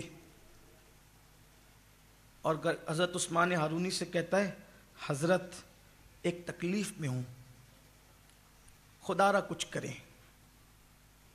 آپ نے کہا کیا ہوا؟ بہت رویا، آنسو خشک کیے تو پوچھا کیا بات ہے؟ کہا کہ میرا بچہ گم ہو گیا، برسوں ہو گئے. اب میں سوچتا ہوں کہ آپ سے دعا کراؤں، آپ دعا کریں اس کے لیے کہ وہ مجھے مل جائے. اچھا ہم لوگ یہ سمجھتے ہیں کہ کسی چیز کی مراد کے پورا ہونے کے لیے کوئی الگ سے چیزیں جو چھپی ہوئی ہیں. ایک بات یاد رکھنا، کوئی وظیفہ، کوئی عمل اللہ کے قرآن سے بڑھ کر نہیں ہے. اگر کوئی کہتا ہے نا کہ یہ عمل مجھے حضرت خضر علیہ السلام نے دیا، یہ عمل مجھے فلاں ولی نے دیا، فلاں بزرگ نے دیا، فلاں بزرگ نے دیا. پہلی بات تو خضر ملتے کتنوں کو ہے، اور حضرت خضر علیہ السلام کی عظمتیں سر آنکھوں پر، ہر ولی کی، بزرگ کی، پیر فقیر کی اہمیت سر آنکھوں پر. لیکن آپ سے کہتا ہوں کہ جو کتاب اللہ نے دی ہے اپنے محبوب کے ذریعے سے، اس سے بڑھ کر کیا ہے؟ لوگ ڈھونڈ رہے ہیں ہمیں اس میں اعظم چاہیے. لوگ آ کر کے پوچھتے ہیں ہمیں اسم اعظم چاہیے. میں نے کہا اسم اعظم کیا ہے؟ اسم اعظم کیا چیز ہے؟ اسم اعظم تو بس اتنا ہی ہے کہ جس دن تو اللہ کو صدق دل سے پکارے اور اس دن تیرے پیٹ میں حرام نہ ہو. دل سے پکار اس حالت میں کہ تیرے پیٹ میں حرام نہ ہو. جس نام سے پکار وہی اسم اعظم ہے. اور کیا اسم اعظم؟ اور لوگ بیوقوف بنا رہے ہیں آپ کو کہ اتنے ہزار دو. ہمارے پیر نے بتایا اسم اعظم تو ہم بتائیں گے, پھر یہ کرو تو ہم بتائیں گے, وہ کرو تو. میں نے کہا کہ کیا چیز ہے؟ اگر آپ کو کوئی کہتا ہے نا کہ فلاں نام لو, اور اگر آپ غفلت میں لیتے ہیں تو وہ اسم اعظم نہیں ہے. اسم اعظم تو وہی ہے جو آپ دل کی گہرائیوں سے. اور ایک بات میں آپ سے کہتا ہوں, جب اللہ کے رسول نے فرمایا کہ جب کوئی بندہ ایک مرتبہ میرے اللہ کو پکارتا ہے اللہ, تو میرا اللہ 3 مرتبہ کہتا ہے لبیک یا عبدی, لبیک یا عبدی. میرے بندے میں حاضر ہوں, میرے بندے, میرے بندے میں حاضر ہوں, میرے بندے میں حاضر ہوں. باپ کہتا ہے میرا بیٹا تو پھولتا ہے, ماں کہتی میرا بیٹا تو پھولتا ہے, استاد کہتا ہے میرا شاگرد تو پھولتا ہے, پیر کہتا ہے میرا مرید تو پھولتا ہے. نادان جب تو ایک بار یا اللہ کہتا ہے تو 3 مرتبہ میرا اللہ کہتا ہے میرے بندے. کوئی پکارے نا اللہ کو, اللہ کو چھوڑ کے سب کو پکارے, اور کوئی مدد نہیں کر سکتا دنیا کا انسان. اللہ کو پکارو, صدق دل سے پکارو, پیٹ کو حرام سے پاک کر کے پکارو, پھر دیکھو اس کی مدد. عثمان ہارونی سرکار مریدوں کے ساتھ بیٹھے, وہ روتا ہے حضور میرا بچہ گم ہو گیا, برسوں بیت گئے, ڈھونڈا نہیں ملا, کرم کر دیں, دعا کر دیں مل جائے. حضرت عثمان ہارونی نے کیا فرمایا؟ کچھ لوگوں کو یہ باتیں بری بھی لگتی ہوگی, میں کوئی اللہ والوں کے خلاف بولنے نہیں آیا, جو سچا اہل سنت کا مسلک ہے وہی پیش کرتا ہوں اور اپنی ذمہ داری پہ پیش کروں. میں اس لیے یہ بات کر رہا ہوں کہ آج کل لوگوں کو بیوقوف بنایا جا رہا ہے, قرآن چھوڑ کر کے سب پڑھایا جا رہا ہے, قرآن سے دور ہو گئے. حضور نے کیا پڑھا؟ جو رسول پوری کائنات کے مشکل کشاں تھے, جب ان پر مشکل آئی تو انہوں نے کیا پڑھا؟ مولا علی جنہیں ہم مشکل کشاں مانتے ہیں, جب ان پر مصیبت اور مشکل آئی تو انہوں نے کیا پڑھا؟ صدیق اکبر جن کے صدقے ہماری مشکلیں ٹلتی ہیں, جب ان پہ مشکلیں آئی تو انہوں نے کیا پڑھا؟ جب حضور مشکل میں آئے بظاہر وہ جنگوں کی مشکلات, تو حضور کی زبان پہ کیا تھا؟ حسبنا اللہ و نعم الوکیل. قرآن میں ہے. اس کو بھی ہمارے بزرگوں نے اسم اعظم کہا. یہ حسبنا اللہ و نعم الوکیل, یہ وہ وظیفہ ہے اگر کوئی عشاء کے بعد 450 بار پڑھنے کا عادی ہو جائے اور وہ اس پر سختی کے ساتھ عمل کرے, وہ جو سوچے گا ابھی سوچ مکمل نہ ہوگی, اللہ اس کا کام پورا فرما دے گا. شرط کیا ہے؟ عالم ہونا, حافظ ہونا, قاری ہونا, مفتی ہونا, ڈاکٹر ہونا, ٹیچر ہونا, کوئی شرط نہیں. شرط بس اتنی ہے, ایک تو یقین کا ہونا اور دوسرا حرام سے پیٹ کا خالی ہونا. میں پھر کہتا ہوں آپ سے, سارے وظیفے پڑھ ڈالو. عورتیں ہی پڑھ رہی ہے بہت سے وظیفے, لوگ مانگتے ہیں یہ وظیفے اتنا پڑھتے ہیں حضرت اتنا اور دو. میں کہتا ہوں کم پڑھو, کم پڑھو, لیکن پیٹ پر توجہ دو. شوہر آپ کا حرام لا کر کے کھلا رہا ہے, آپ 16 سیدوں کے روزے رکھے, 10 بیویوں کے روزے رکھے, اور بھی روزے رکھیں, اور بھی رکھیں, دن بھر بھوکے رہیں, شام کو حرام سے افطار کریں, لوگوں کے خون سے افطار کریں. غوث پاک کہتے ہیں کہ جو حرام سے افطار کرتا ہے وہ لوگوں کے خون سے افطار کرتا ہے. لوگوں کو یہ باتیں اچھی نہیں لگتی. اپنا دین بالکل سچا سچا, سیدھا سیدھا, 2 اور 2 + 4 کی طرح بالکل سیدھی سیدھی بات ہے, اور بہت مشکل نہیں ہے ہمارا دین. یا دین پہ چلنا بھی مشکل نہیں ہے, بہت مرتبے پا سکتے ہو. یقین چاہیے, اللہ رسول کے فرامین پر عمل چاہیے, پھر دیکھو کیسے کرم کی برسات ہوتی ہے. تو خواجہ عثمان ہارونی کے پاس مرید کہتا ہے, وہ بوڑھا کہتا ہے مریدوں کے سامنے, حضور بچہ گم ہو گیا, کچھ کیجیے. آپ نے مریدوں سے فرمایا پہلے آپ نے آنکھ بند کر کے مراقبہ کیا، پھر سر اٹھایا اور فرمایا ایک بار سورہ فاتحہ 3 بار قل ہو اللہ پڑھو، اس کے بچے کے لیے دعا کرو۔ ہر ولی کی زندگی میں آپ کو سورہ فاتحہ ملے گی۔ سورہ فاتحہ یہ وہ سورت ہے کہ اللہ کے رسول فرماتے ایک دن جبریل امین آ کر کے کہتے ہیں یا رسول اللہ، نہ یہ سورت توریت میں تھی، نہ انجیل میں تھی، نہ زبور میں تھی۔ اگر یہ سورت توریت میں ہوتی تو موسیٰ علیہ السلام کا کوئی امتی یہودی نہ ہوتا، اگر یہ انجیل میں ہوتی تو عیسیٰ علیہ السلام کا کوئی امت جو ہے وہ اس طریقے سے گمراہی کا شکار نہ ہوتا جیسے وہ گمراہ ہوئے۔ یہ سورت زبور میں ہوتی تو زبور کے ماننے کا دعویٰ کرنے والوں کے لوگ سور اور بندر کی طرح نہ بنتے۔ یہ وہ سورت ہے جو اللہ نے صرف آپ کی امت کے لیے رکھا تھا، اس جیسی سورت اللہ نے کسی کو نہیں دی۔ حضرت مولائے کائنات فرماتے ہیں سورہ فاتحہ اور ماہ رمضان اللہ نے امت محمدیہ کو دے کر اتنا بڑا احسان کیا کہ مجھے یقین ہو گیا یہ امت کبھی ہلاک نہیں ہو سکتی، یعنی پوری امت پر اجتماعی طور پہ کبھی عذاب نہیں آ سکتا۔ یاد رکھے سورۃ الفاتحہ وہ ہے، سورہ فاتحہ جو پڑھے گا، جس مراد سے پڑھے گا اللہ اس کی اس مراد کو پورا فرمائے گا، جس تمنا کو دل میں لے کر پڑھے گا اللہ اس کی اس تمنا کو پورا فرمائے گا۔ سورہ فاتحہ وہ ہے کہ اگر ڈاکٹر کہہ دے کہ اس کا علاج نہیں، اس کی بیماری کا علاج نہیں، 41 مرتبہ بسم اللہ کی میم کو الحمد کی لام سے ملا کر آخری میں 3 مرتبہ آمین کہنے کا اہتمام کر کے 41 مرتبہ پڑھتے رہو، مریض پہ دم کرتے رہو، انشاءاللہ اللہ اس کو شفا عطا فرمائے گا۔ لیکن پھر کہتا ہوں شرط یہی ہے پیٹ حرام سے خالی ہو اور یقین کی دولت حاصل ہو۔ آج کل تو لوگوں کے یہاں دعوت کھانے میں بھی ڈر لگتا ہے، ہم لوگوں کو پتہ بھی نہیں ہوتا، یہ ذمہ داری تو بلانے والوں پہ ہوتی ہے کہ وہ کھلا کہاں رہے۔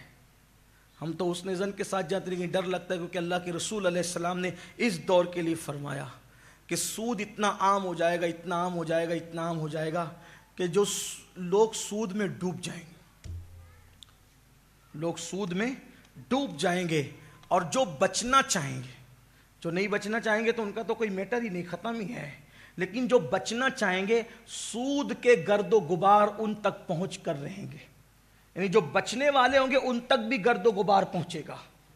آج تو گھروں میں بیٹھ کر لوگ رمی کھیل رہے ہیں، کروڑ پتی بننے کے چکر میں، ایزی منی کے چکر میں رمی کھیلی جا رہی ہے۔ کون جائے محنت کرنے، کون جائے پسینہ بہانے، کون جائے پسینے کے جسے جسم کو بدبودار بنانے۔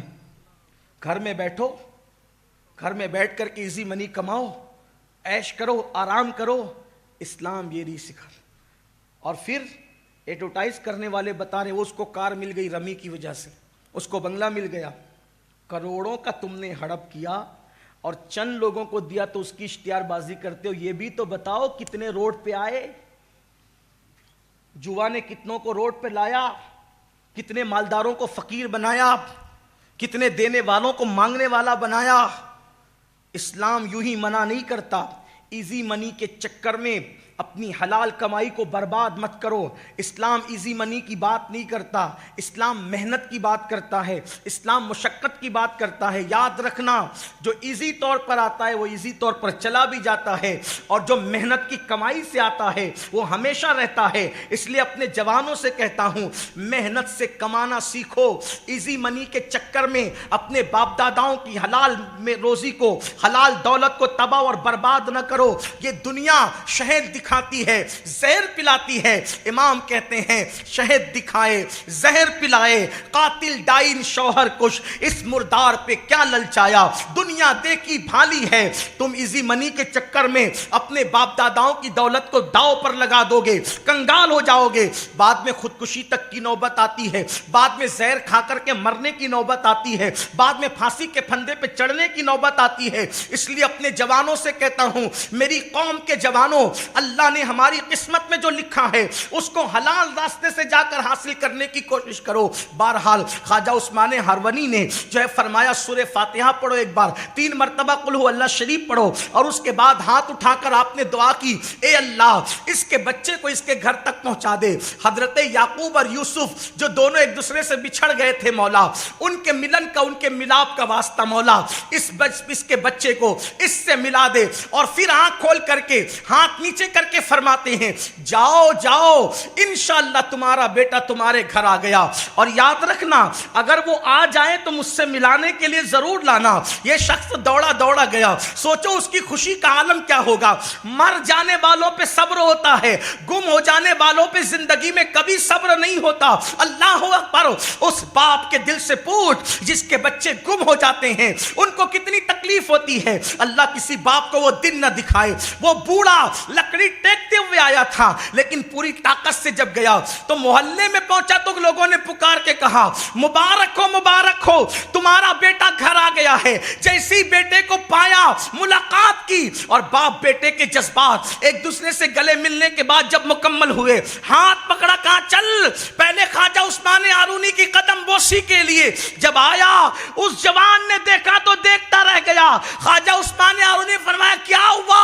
کہا حضور مجھے لوگ اٹھا کر کے لے گئے تھے، ایک کشتی میں مجھے قید کر لیا تھا، اور کشتی میں قید کرنے کے بعد میں اسی میں پڑا ہوا تھا اور وہ مجھے کہیں لے جا رہے تھے۔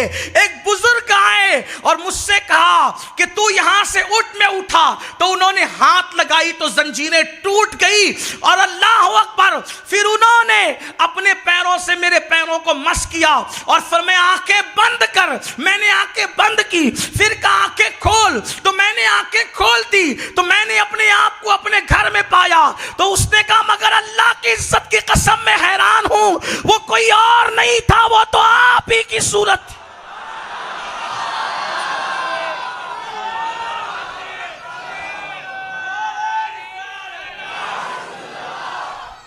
سرکار خواجہ عثمان ہارونی فرماتے چپ رہو چپ رہو چپ رہو، خاموش کیا۔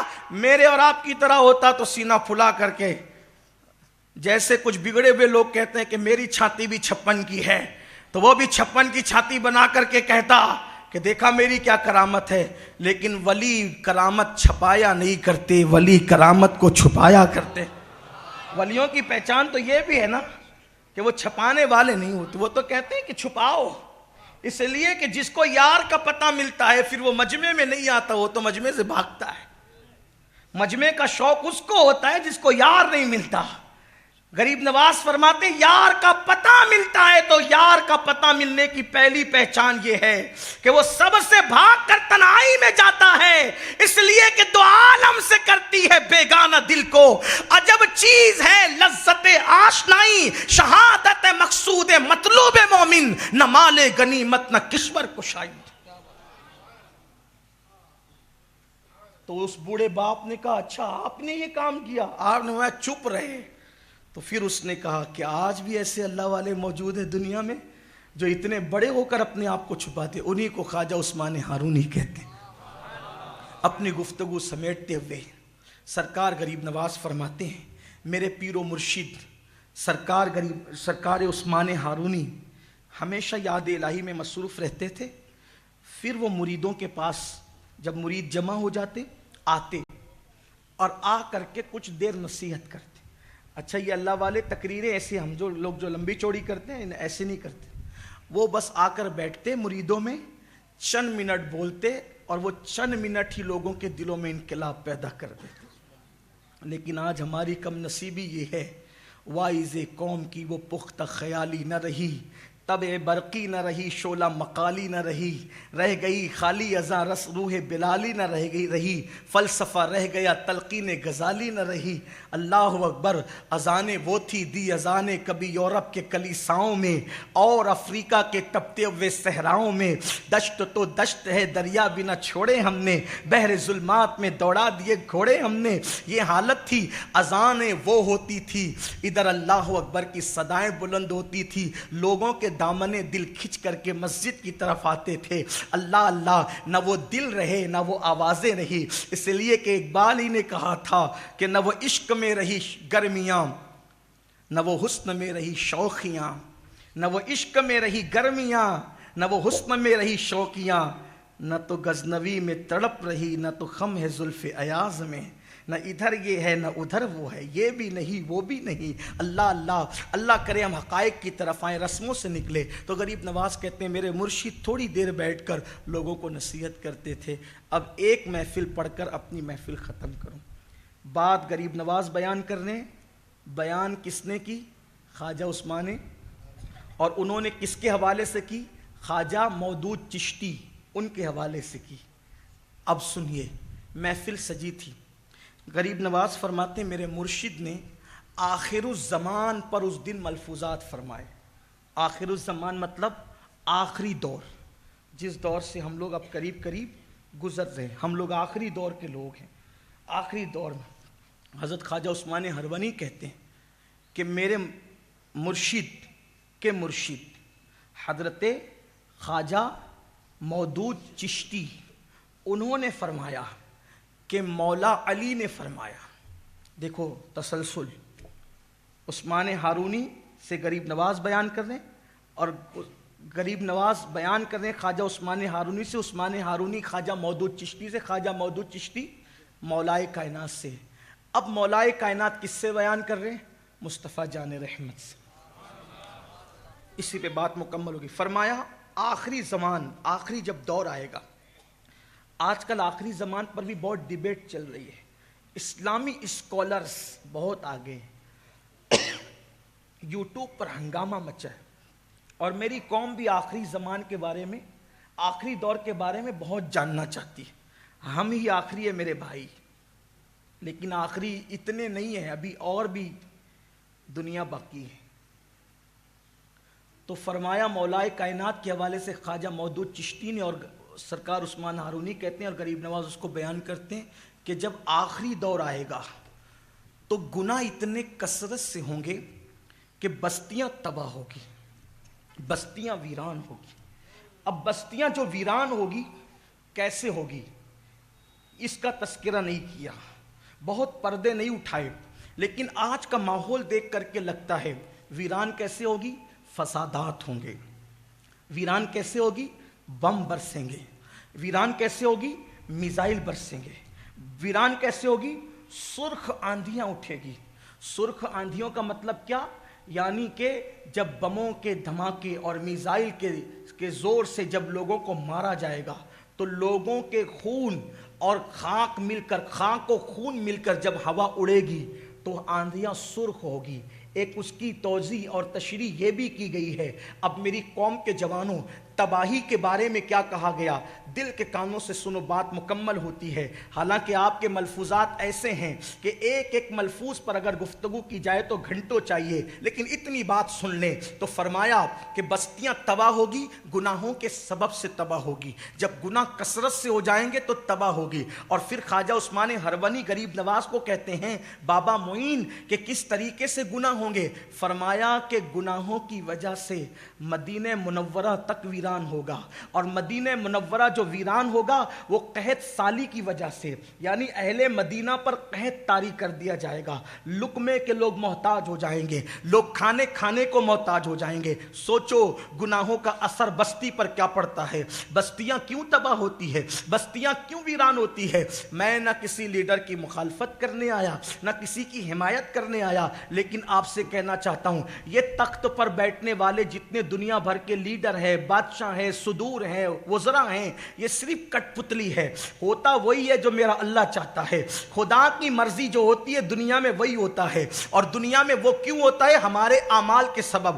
ہم بنتے ہیں تو حالات بنتے ہیں، ہم بگڑتے ہیں تو حالات بگڑتے ہیں۔ غریب نواز کے مرشد فرماتے ہیں جب گناہ عام ہو جائیں گے، گناہوں کی کثرت ہوگی تو مدینہ منورہ میں قحط طاری ہو جائے گا۔ مدینہ منورہ میں قحط کا ہونا بہت اہمیتوں کا حامل ہے، اس پر آپ کی توجہ ہونا چاہیے، اس لیے کہ مدینہ منورہ کی زمین وہ ہے جہاں سے لوگوں کو خیرات تقسیم ہوتی ہے، جہاں سے روزیاں تقسیم ہوتی ہے۔ امام کہتے ہیں مدینے کے خطے خدا تجھ کو رکھے غریبوں فقیروں کے ٹھہرانے والے۔ کوئی فقیر مدینے میں جا کر کبھی بھوکا نہیں مر سکتا۔ خدا نے جن کو مدینہ منورہ دکھایا ہے وہ جانتے ہیں کہ مدینہ منورہ میں کبھی بھوک نہیں ہوتی۔ اللہ اکبر، وہاں لوگوں کو روزی ملتی رہتی ہے، بلکہ واللہ تاللہ باللہ ہم نے تو یہاں تک دیکھا ہے اگر یہ سوچا کہ یہ ڈش مل جائے تو تھوڑی دیر کے بعد کوئی لا کر کے پیش کرتا نظر آ رہا ہے۔ اللہ اکبر، یہ حال ہے۔ آج گنہگاروں کی سوچ پر اتنا انعام ہے تو اللہ والوں کو کتنا نصیب ہوتا ہوگا۔ اللہ اکبر۔ تو میرے آقا صلی اللہ علیہ وسلم کے دیوانوں، مدینہ طیبہ قحط سالی کی وجہ سے ویران ہوگا، اور کتنا ویران ہوگا، کتنا ویران ہوگا۔ علامہ محمد ابن عبد الرسول برزنجی لکھتے ہیں کہ مدینہ منورہ میں مسجد نبوی کی ویرانی یہ ہوگی کہ وہاں کے مکانات کھنڈرات میں تبدیل ہو جائیں گے، اور اس میں درندے گھومیں گے، درندے، جنگل کے وحشی جانور گھومیں گے۔ ایک قافلہ جب ادھر سے گزرے گا تو وہ باتیں کریں گے، کبھی یہاں بستی تھی یا نہیں تھی۔ یہ گناہوں کی وجہ سے وہ شہر جہاں فرشتے بھی ادب کے ساتھ آتے۔ جب میں نے پہلی بار یہ حدیث پڑھی تھی تو میں نے اللہ سے دعا کی تھی، مولا میری زندگی میں کبھی وہ دن نہ دکھانا کہ ہم اپنے محبوب کے شہر کو ویران ہوتے دیکھیں۔ ارے جب لاک ڈاؤن کے اندر ہم نے مسجد نبوی کے دروازوں کو بند ہوتے دیکھا تو دل کہتا تھا کہ آج سے پہلے موت کیوں نہ گئی۔ ہم نے یہ بدترین دن کیسے دیکھ لیا کہ حضور کے حرم پاک میں لوگوں کا داخلہ ممنوع ہو گیا، ایسی بیماریاں آ گئی۔ اللہ وہ دن ہمیں کبھی نہ دکھائے، لیکن گناہ کی وجہ سے ایک دن تو وہ آئے گا، گناہوں کی کثرت کی وجہ سے ایک دن تو آئے گا۔ اب سوچو جب مدینہ منورہ کی یہ کیفیت ہوگی تو میرے اور آپ کے شہر کا کیا حال ہوگا۔ پھر حضرت غریب نواز کے مرشد کہتے ہیں روم ہلاک ہوگا، یمن ہلاک ہوگا، ہند اور سندھ ہلاک ہوں گے۔ اب ایک بات خاص خواجہ عثمانی ہروانی نے جو کہا، فرمایا سب سے زیادہ پوری دنیا میں کہیں تباہی ہوگی تو وہ ہندوستان میں ہوگی۔ یہ 900 سال پہلے کی بات ہے۔ خواجہ عثمانی ہارونی کہتے سب سے زیادہ تباہی ہندوستان میں ہوگی۔ کیوں ہوگی پتہ ہے؟ اس لیے کہ قوم لوط کا عمل اس ہندوستان میں ہو رہا ہوگا۔ وجہ بتائیں گے، وجہ بتائیں۔ وہاں کے لوگ لوط علیہ السلام کی قوم نے جو بدترین بدکاری کی تھی، بدفعلی کی تھی، وہ کام کریں گے تو پوری دنیا میں سب سے زیادہ تباہی ہند میں ہوگی۔ تمہید لکھی جا رہی ہے، تباہی کے تانے بانے بنے جا چکے ہیں، حالات تیزی کے ساتھ کروٹ لے رہے ہیں۔ کوئی کچھ نہیں، کوئی کچھ نہیں، ہم ذمہ دار ہم ہیں۔ سیاسی لیڈران جو تقریر کریں ان وہ اپنے ذمہ دار ہیں، لیکن ہم لوگ تو سب مذہب کے آئینے میں دیکھتے ہیں نا۔ اول چیز جلدی جلدی پڑھتا ہوں، جو ملفوظات ہے اس کا مفہوم آپ کے سامنے پیش کروں۔ قوم لوط کا عمل ہوگا، اور وہ کیا ہے؟ بچے ہیں، خواتین ہیں، بہت واضح نہیں کرتا لیکن اتنا ضرور کہتا ہوں، مرد مرد کے ساتھ بدی کریں گے، عورتیں عورتوں کے ساتھ بدی کرے گی، اور یہ فعل زنا سے بدتر ہے۔ اور میری اپنی معلومات کے مطابق چونکہ ہم ماحول میں رہتے ہیں، لوگوں کے درمیان رہتے ہیں، چونکہ ہمارا تعلق ایک دینی دعوت کی تنظیم سے ہے، ہم لوگ عوام کے درمیان رہنے کے عادی ہے، نوجوانوں کے مسائل سن کر ان کے مسائل کے حل کرنے کا ایک اپنا ذوق ہے۔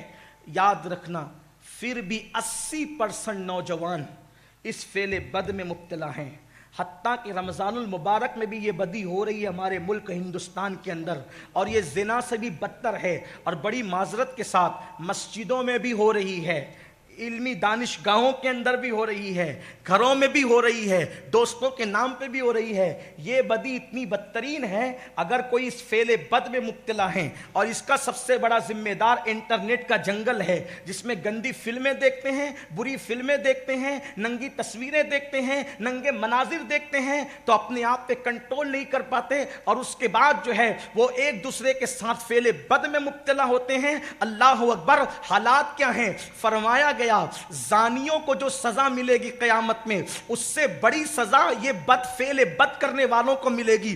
کیا سزا ملے گی؟ وہ دنیا میں کہیں بھی مریں گے، کہیں بھی مریں گے، کہیں بھی مریں گے، دنیا میں کہیں بھی مریں گے. فرشتے رات گزرنے سے پہلے ان کو ان کی قبر سے نکال کر وہاں لے جا کر کے پھینک دیں گے جہاں قوم لوط پر عذاب آیا تھا، جہاں قوم لوط پر پتھر برسے تھے. وہ اپنی قبروں میں بھی نہیں رہیں گے، اور قیامت کے دن جب وہ اٹھیں گے تو وہ سور کی شکل میں اٹھیں گے، خنزیر کی شکل میں اٹھیں گے. اے میری قوم کے جوانوں، اگر تم اپنے ملک کو تباہی سے بچانا چاہتے ہو اپنی نگاہوں میں پاکیزگی پیدا کرو. میرے عزیز جوان، یہ انٹرنیٹ کا جنگل تجھے تباہ کر دے گا، یہ انٹرنیٹ کا جنگل تجھے برباد کر دے گا. انٹرنیٹ استعمال کرو، میں منع نہیں کرتا. علماء کی تقریریں سنو، مشائخ کی گفتگو سنو، نعت رسول سنو، بزرگوں کا کلام سنو، لیکن خدا کے لیے اس راستے نہ جانا. بائیں راستے نہ جا مسافر سن، مال ہے راہ مال پھرتے ہیں. خدا کے لیے اپنے حال پہ رحم کرو، اپنے ملک ہندوستان پہ رحم کرو. آج سے 9 صدیاں پہلے میرے مرشد کے مرشد، غریب نواز کے مرشد خواجہ عثمان ہرونی نے شیخ مودود چشتی کے حوالے سے، انہوں نے مولا علی کے حوالے سے بیان کیا تھا یہ ہوگا یہ. اس لیے اگر بری موت سے مرنا ہے، مرنے کے بعد سور بننے سے بچنا ہے، اللہ اکبر، سور کی شکل میں قیامت کے دن اٹھنے سے بچنا ہے، نگاہوں کو پاک کر لو. اور جانتے ہو کوئی مرد کسی مرد کو بدی کی نظر سے دیکھے، بدی کی، صرف بدی کی نظر. امام حسن بصری کے ایک مرید نے ایک خوبصورت لڑکے کو بدی کی نظر سے دیکھا، بدی کی نظر. کوئی تشریح نہیں کر سکتا، اس لیے کہ میرے بڑے بھائی اسٹیج پر موجود، علماء ہمارے مفتی صاحب سب لوگ موجود. حیا کا دامن بھی پکڑنا ہے اور قوم کا دکھڑا بھی پیش کرنا ہے. کچھ لوگ مجھ سے کہتے ہیں کہ آپ یہ بات بیان کرتے ہیں. میں نے کہا میں نہ کہوں تو پھر کون کرے. اگر لوگ مجھے 4 گالیاں دے لے پسند ہے، لیکن ہم تو بزرگوں کے فرمان پیش کر کے رہیں گے. اللہ کرے کوئی آگاہ ہو جائے. خواجہ حسن بصری کے مرید نے ایک لڑکے کو دیکھا پاپ کی نظر سے، اور پھر کہا حضور کتنا خوبصورت تھا وہ لڑکا. فرمایا تو نے لڑکے کو دیکھا پاپ کی نظر سے، ایک دن تو اس کی وجہ سے مصیبت میں مبتلا ہوگا، اور تقریباً 40 یا 50 سال کے بعد، یعنی زندگی کے آخری وقت میں، وہ حافظ قرآن تھا، پورا قرآن بھول گیا. اور جب قرآن بھول گیا وہ، تو خواجہ حسن بصری سے کہا حضور اب تو سورہ فاتحہ بھی زبان پہ نہیں آتی. خواجہ حسن بصری نے فرمایا تو نے ایک لڑکے کو کیا پاپ کی نظر سے نہ دیکھا تھا؟ یہ اسی کی نحوست ہے کہ تو قرآن بھول گیا. اب آپ مجھے بتاؤ، جو صرف پاپ کی نظر سے کسی چہرے کو، خوبصورت چہرے کو دیکھے، وہ قرآن اور سورہ فاتحہ تک بھول جاتا ہے، تو جو قوم انٹرنیٹ پر ننگی عورتوں کو رات بھر دیکھے، اس قوم کا کیا حال ہوگا؟ اس قوم کی کیفیت کیا ہوگی؟ پھر خواجہ عثمان ہرونی فرماتے ہیں نمازیں ضائع کی جائے گی، نمازیں ضائع کی جائے. دیکھ لو، نمازیں ضائع کی جائے گی. نماز کی کوئی اہمیت رہی؟ کوئی اہمیت ہے؟ صرف اشارے دے کر چلتا ہوں کہ صحابہ فرماتے ہیں جو رسول اللہ کے دور میں نماز پڑھتا تھا ہم اسی کو مسلمان سمجھتے تھے. جو نماز پڑھتا ہے مسلمان ہے، اور جو نماز نہیں پڑھتا مسلمان نہیں. وہاں یہ تھا. اب یہ جو انڈین اسلام آپ نے جو گڑا ہے نا اپنی مرضی سے، پھر اس میں جمعہ بھی نہیں پڑھو پھر بھی آپ مسلمان ہی رہتے ہو، پھر جنتی بھی رہتے ہو. لاک ڈاؤن میں کتنے سدھرے؟ ایک بزرگ مجھ سے ملے 2 دن پہلے، انہوں نے کہا لاک ڈاؤن میں چند سدھرے، مٹھی بھر، اور باقی تو جو جمعہ پڑھتے تھے وہ جمعہ پڑھنا بھی چھوڑ دیا. گھر میں بیٹھ کر جمعہ چھوڑنے کی جو عادت بنی، اب وہ مسجد میں نہیں آتے. جو کم جمعہ بھی نہ پڑھے، سوچو تو صحیح، تباہی نہ ہوگی تو کیا ہوگا؟ بربادی نہ ہوگی تو کیا ہوگا؟ نمازیں ضائع ہو رہی ہے. فجر میں کتنے آتے ہیں؟ ارے اتنے بڑے جلسے میں کتنے لوگ ہیں جو عشاء پڑھ کر آئے اور جو جا کر کے فجر پڑھیں گے. برا مت ماننا. کتنی خواتین ہیں جو نماز کی پابندی کرتی ہیں, کتنی عورتیں جو نماز کے پابند ہیں. حضرت فاروق اعظم رضی اللہ تعالیٰ عنہ, جب آپ پر حملہ کیا گیا, پورے بدن سے خون رس رہا تھا, آپ نے تیمم کیا اور کھڑے ہونے کی کوشش کی نماز کے لیے. لوگوں نے کہا حضور طاقت نہیں, آپ کھڑے ہو رہے ہیں. فرمایا میں نے انہی کانوں سے سنا, اللہ کے رسول نے کہا جس کی نماز نہیں اس کا دین میں کوئی حصہ نہیں. انہوں نے اس حالت میں بھی نماز پڑھی. اور ہم شادی میں نماز چھوڑتے ہیں, میت میں نماز چھوڑتے ہیں. نماز کہاں ہے؟ اس لیے کہ بڑی معذرت کے ساتھ ہمیں تو یہ سبق پڑھایا گیا, کچھ بھی کرو آپ بخشے ہوئے ہو, جنت تو آپ کے باپ کی ہے. لیکن یہ سوچا نہیں کہ جو سب کے باپ کا باپ, معصوم باپ حضرت آدم, ایک لغزش پیغمبرانہ ہوتی ہے تو جنت سے باہر کیا جاتا ہے عبرت کے لیے کہ ہم عبرت حاصل کریں.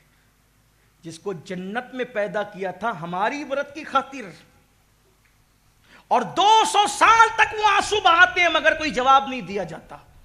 ہم کہاں ہیں میرے بھائی؟ مسجدوں کو چھوڑ کر اللہ والے بننا چاہتے ہو؟ جن لوگوں کا عشق رسول ان کو مسجد تک نہیں لے جاتا, ان کا وہ کمزور عشق رسول ان کو جنت میں کیا لے جائے گا؟ ارے عشق تو وہ ہے جو مدینہ منورہ کی راحتوں کو چھڑوا کر کربلا کے ریگزاروں تک لے جاتا ہے. سچا عشق رسول تو وہ ہے جو پہلی رات کی دلہن کو چھڑوا کر کے میدان احد میں جان قربان کرنے تک لے جاتا ہے.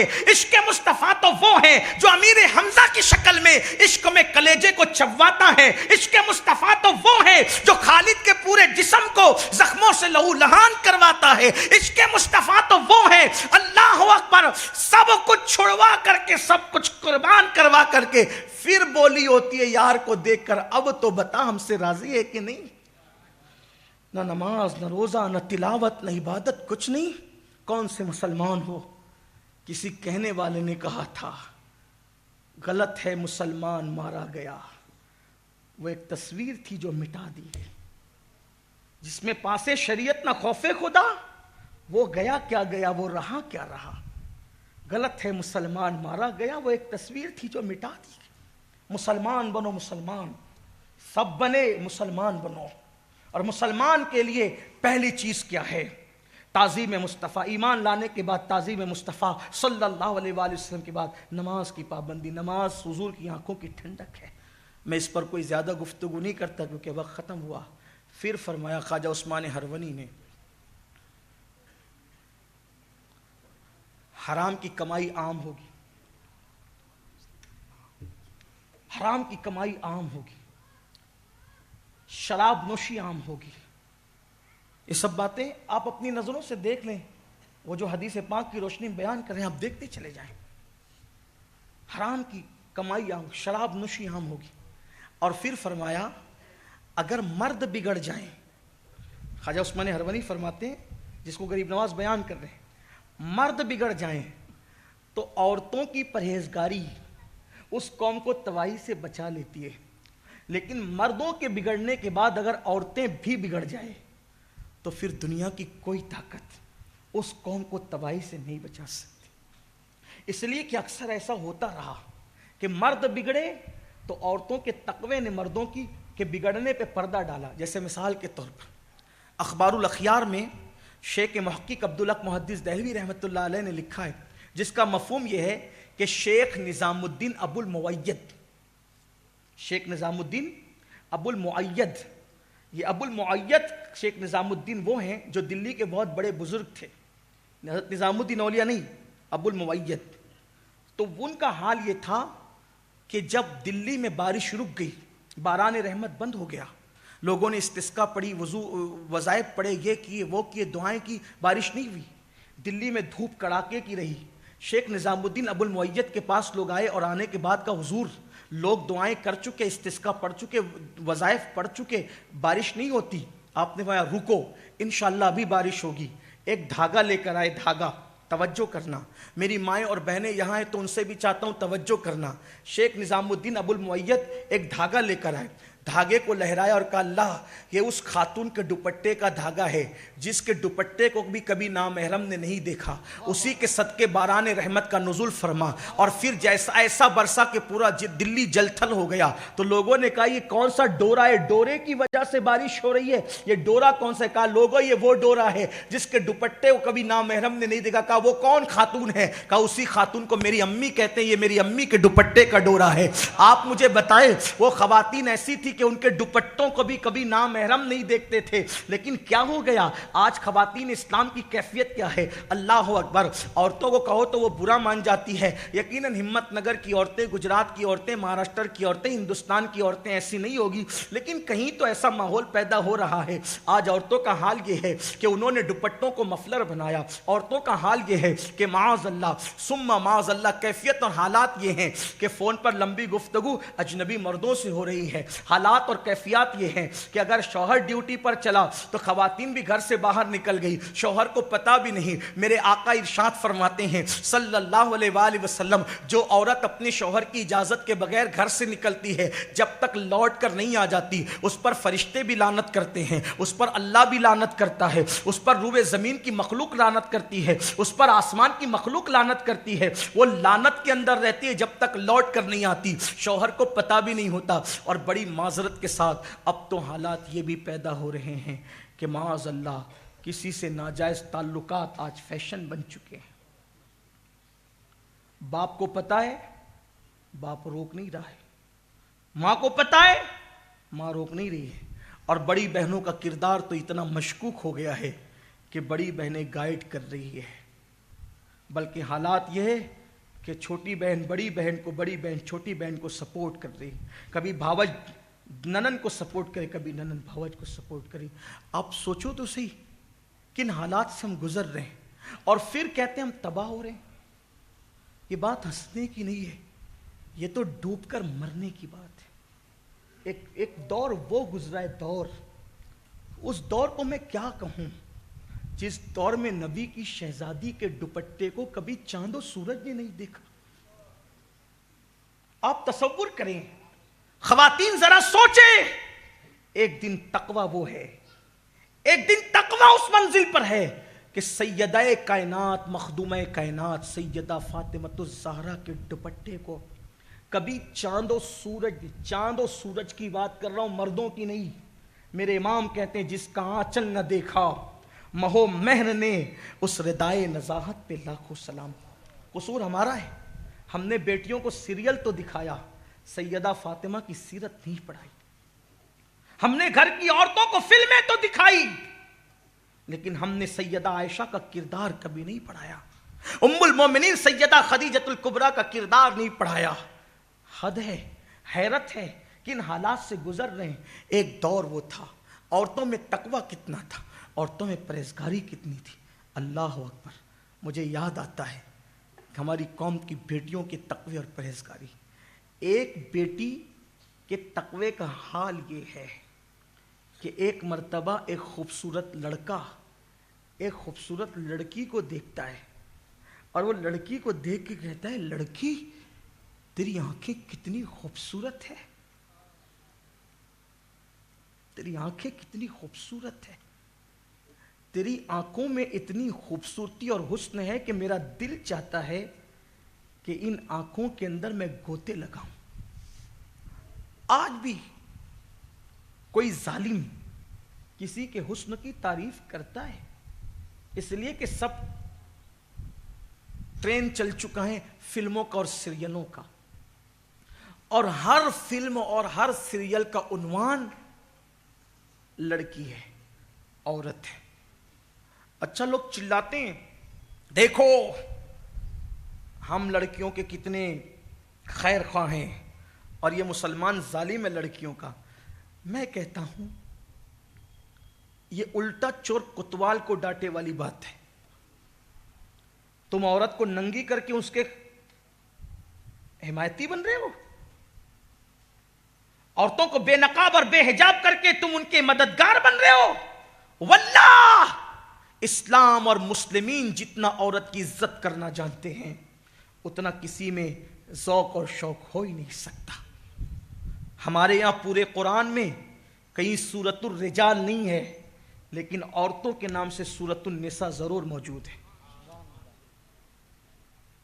ہمارے یہاں عورت مطلب مریم، ہمارے عورت مطلب آسیہ، ہمارے عورت مطلب اما عائشہ صدیقہ، ہمارے عورت مطلب ام المومنین خدیجۃ الکبریٰ، ہمارے عورت مطلب سیدہ آمنہ خاتون، ہمارے عورت مطلب سیدہ فاطمہ بنت اسد، ہمارے عورت مطلب رسول اللہ کی نواسی سیدہ زینب بنت علی، ہمارے عورت مطلب ام کلثوم بنت علی، ہمارے عورت مطلب حضرت نفیسہ مصری۔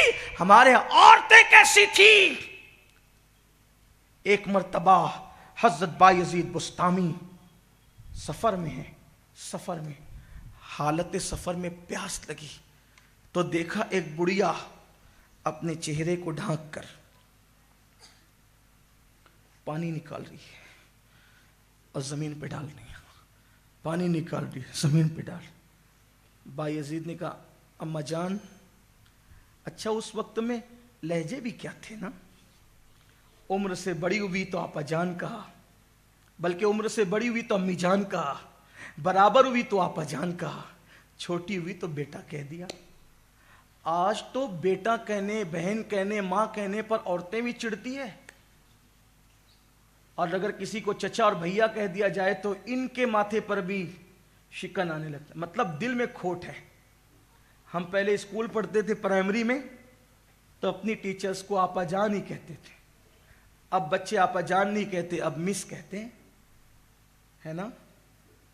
پہلے دواخانوں میں جاتے تھے تو وہ جو لڑکیاں کام کرتی تھی ان کو سب سسٹر کہتے تھے، اب نرس کہتے ہیں۔ یہ اصطلاح بدلی کیوں؟ یعنی دلوں کے اندر پاپ آ گیا، کیونکہ سسٹر کہے گا تو بد نظری کیسے کرے گا، آپا جان کہے گا تو بد نظری کیسے کرے گا۔ اور لیکن ان ٹیچرز کو بھی ہم نے دیکھا، بچے بڑے ہو جاتے تھے پھر بھی بیٹوں سے بڑھ کر کے ان کا کوئی رشتہ نہیں ہوتا تھا۔ میں یہ نہیں کہتا کہ سبھی برے ہو گئے، سبھی پاپی ہو گئے، ایسا نہیں، لیکن حالات بدلے۔ ایک خاتون ہے، پانی زمین پہ ڈال رہی ہے، ڈال رہی ہے، ڈال رہی ہے، چہرہ چھپا ہوا ہے۔ بھائی کہتے امی جان پانی آپ ضائع کر رہی ہیں، میں مسافر پیاسا کھڑا ہوں، پانی تو پلائے نا۔ کہا دور کھڑے رہے، مجھے اپنا کام کرنے دے۔ پھر پانی ڈالا، پھر پانی ڈالا، پھر پانی ڈالا۔ حیران ہے، یہ اتنی نیک خاتون دکھتی ہے، چہرہ چھپا ہوا ہے پردے میں، کہتی ہے دور کھڑا رہے۔ جب پانی ڈال چکی بلا کے کہا لے پی لے۔ پیا تو کہا امی ایک سوال کروں، برا نہ مانے تو؟ کہا کیا؟ اتنا پانی ضائع کیا، مجھے بھی پیاسا رکھا۔ کہا بیٹا تجھے پتا نہیں، میں چند دن سے اپنے میکے آئی ہوں، میرا سسرال فلاں شہر میں ہے، میں یہاں بیٹھ کر کے دیکھ رہی تھی کہ آگ لگی ہے، تو اس آگ کو میں یہاں پانی سے بجھا رہی تھی۔ میکے میں بیٹھ کر سسرال کی آگ کو بجھا رہی۔ تقویٰ دیکھیں، پرہیزگاری دیکھیں، مقام ولایت دیکھیں۔ تو عرض یہ کر رہا تھا، ایک لڑکی کو لڑکے نے کہہ دیا آنکھیں تیری خوبصورت، وہ اس پہ خوش نہیں ہوئی، وہ اس پہ خوش نہیں ہوئی، میری آنکھوں کو خوبصورت کا رخ روکا، ابھی تیرا انتظام کرتی ہوں۔ ڈٹ گیا وہ لڑکا، کھڑا رہا۔ تھوڑی دیر کے بعد بوڑھی کنیز آئی تشت لے کر، کہا ایک لڑکی یہاں آئی تھی، تو نے اس کی آنکھوں کی تعریف کی؟ کہا کی، اس نے تجھے تحفہ دیا۔ وہ خوش ہوا کہ پہلی محبت کا تیر نشانے پہ جا لگا، لیکن جیسے ہی اس تشت سے کپڑا ہٹایا، دو کٹی ہوئی آنکھیں تھی، ایک چٹھی تھی، اس میں لکھا ہوا تھا تو نے میری آنکھوں کی تعریف کی نا تو آنکھیں کاٹ کے میں نے تجھے دے دیا۔ اگر ان آنکھوں کی وجہ سے لوگ مجھ پہ پاپ کی نظر ڈالتے ہیں تو مجھے اندھی بن کر رہنا تو گوارا ہے، مگر پاپی بن کر رہنا گوارا نہیں۔ یہ ہماری قوم کی بیٹیاں تھیں، یہ حالات تھی، صورتحال تھی۔ پردہ گیا، حیا گئی، تقویٰ گیا، پرہیزگاری گئی۔ پتہ ہے اس لڑکے میں احساس جاگا، اس نے توبہ کی، اور توبہ کرنے کے بعد رات بھر روتا رہا، روتا رہا، روتا رہا۔ پھر صبح ہوئی تو سوچا غلطی کی بندے کے ساتھ اور معافی مانگ رہا ہے اللہ سے۔ یہی تو ہوتا ہے نا، دل دکھایا بندے کا، معافی مانگ رہے اللہ سے۔ اللہ فرماتا ہے جس نے میرے بندے کی حق تلفی کی، جب تک بندہ معاف نہیں کرے گا میں بھی معاف نہیں کروں گا۔ مصلی سے صبح اٹھا، چلو اس لڑکی سے معافی تو مانگے، ڈھونڈ لیں گے کہاں ہے۔ جب ڈھونڈنے کے لیے گیا تو دیکھا کہ لوگ روتے ہوئے ایک جنازہ اٹھا رہے ہیں، اور پورا محلہ رو رہا ہے. نوجوان نے کہا یہ کس بزرگ کا جنازہ ہے کہ پورا محلہ رو رہا ہے؟ کہا کوئی بزرگ نہیں، ہمارے محلے کی ایک باغیرت بیٹی کا جنازہ ہے. کل کسی نوجوان منچلے نے اس کی آنکھوں کی تعریف کی تھی اور اس نے آنکھیں کاٹ کر اس کو دے دی. آنکھیں کاٹ کر دی لیکن برداشت نہ کر سکی، رات بھر تڑپتی رہی. صبح ہوتے ہوتے اس کا انتقال ہو گیا. اسی باغیرت بیٹی کا جنازہ نکل رہا ہے. تب اس نوجوان کو احساس ہوا میں نے بڑی غلطی کی. اس نے توبہ کی، اسی توبہ نے اس کو مقام ولایت تک پہنچا دیا. ہماری قوم کی ہمیں اسی طرف آنا ہوگا. آخری جملہ خواجہ عثمان ہرونی کہتے ہیں، اگر برداشت کر سکتے ہیں تو کر لیں، نہیں تو مجھے معاف کر دیں. میں خواجہ عثمان ہارونی کے ملفوظات پڑھ رہا ہوں. عثمان ہارونی فرماتے ہیں جب قوم اتنی پاپی ہو جائے گی نا، پاپی اتنی پاپی ہو جائے گی قوم، تو آپ نے فرمایا پھر لوگ انسان کے بچے پیدا نہیں کریں گے، پھر لوگ کتیا کے بچے پیدا کریں گے. دکھنے میں تو انسان ہوں گے لیکن ان کے کردار کتیا کے بچوں کی طرح ہوں گے. اتنی سخت بات خواجہ عثمان ہارونی فرمائی. میں اس کو صرف نقل کر رہا ہوں، لیکن سوچو، ایک طرف اپنا کردار دیکھو، دوسری طرف اس کی نحوستیں دیکھو. کاش ہم اولیاء اللہ کا عرس مناتے تو ان کے ملفوظات پر بھی توجہ کرتے. اللہ مجھے آپ سب کو توفیق دے، اور گفتگو کے درمیان کوئی غلطی ہو تو اللہ معاف فرمائے.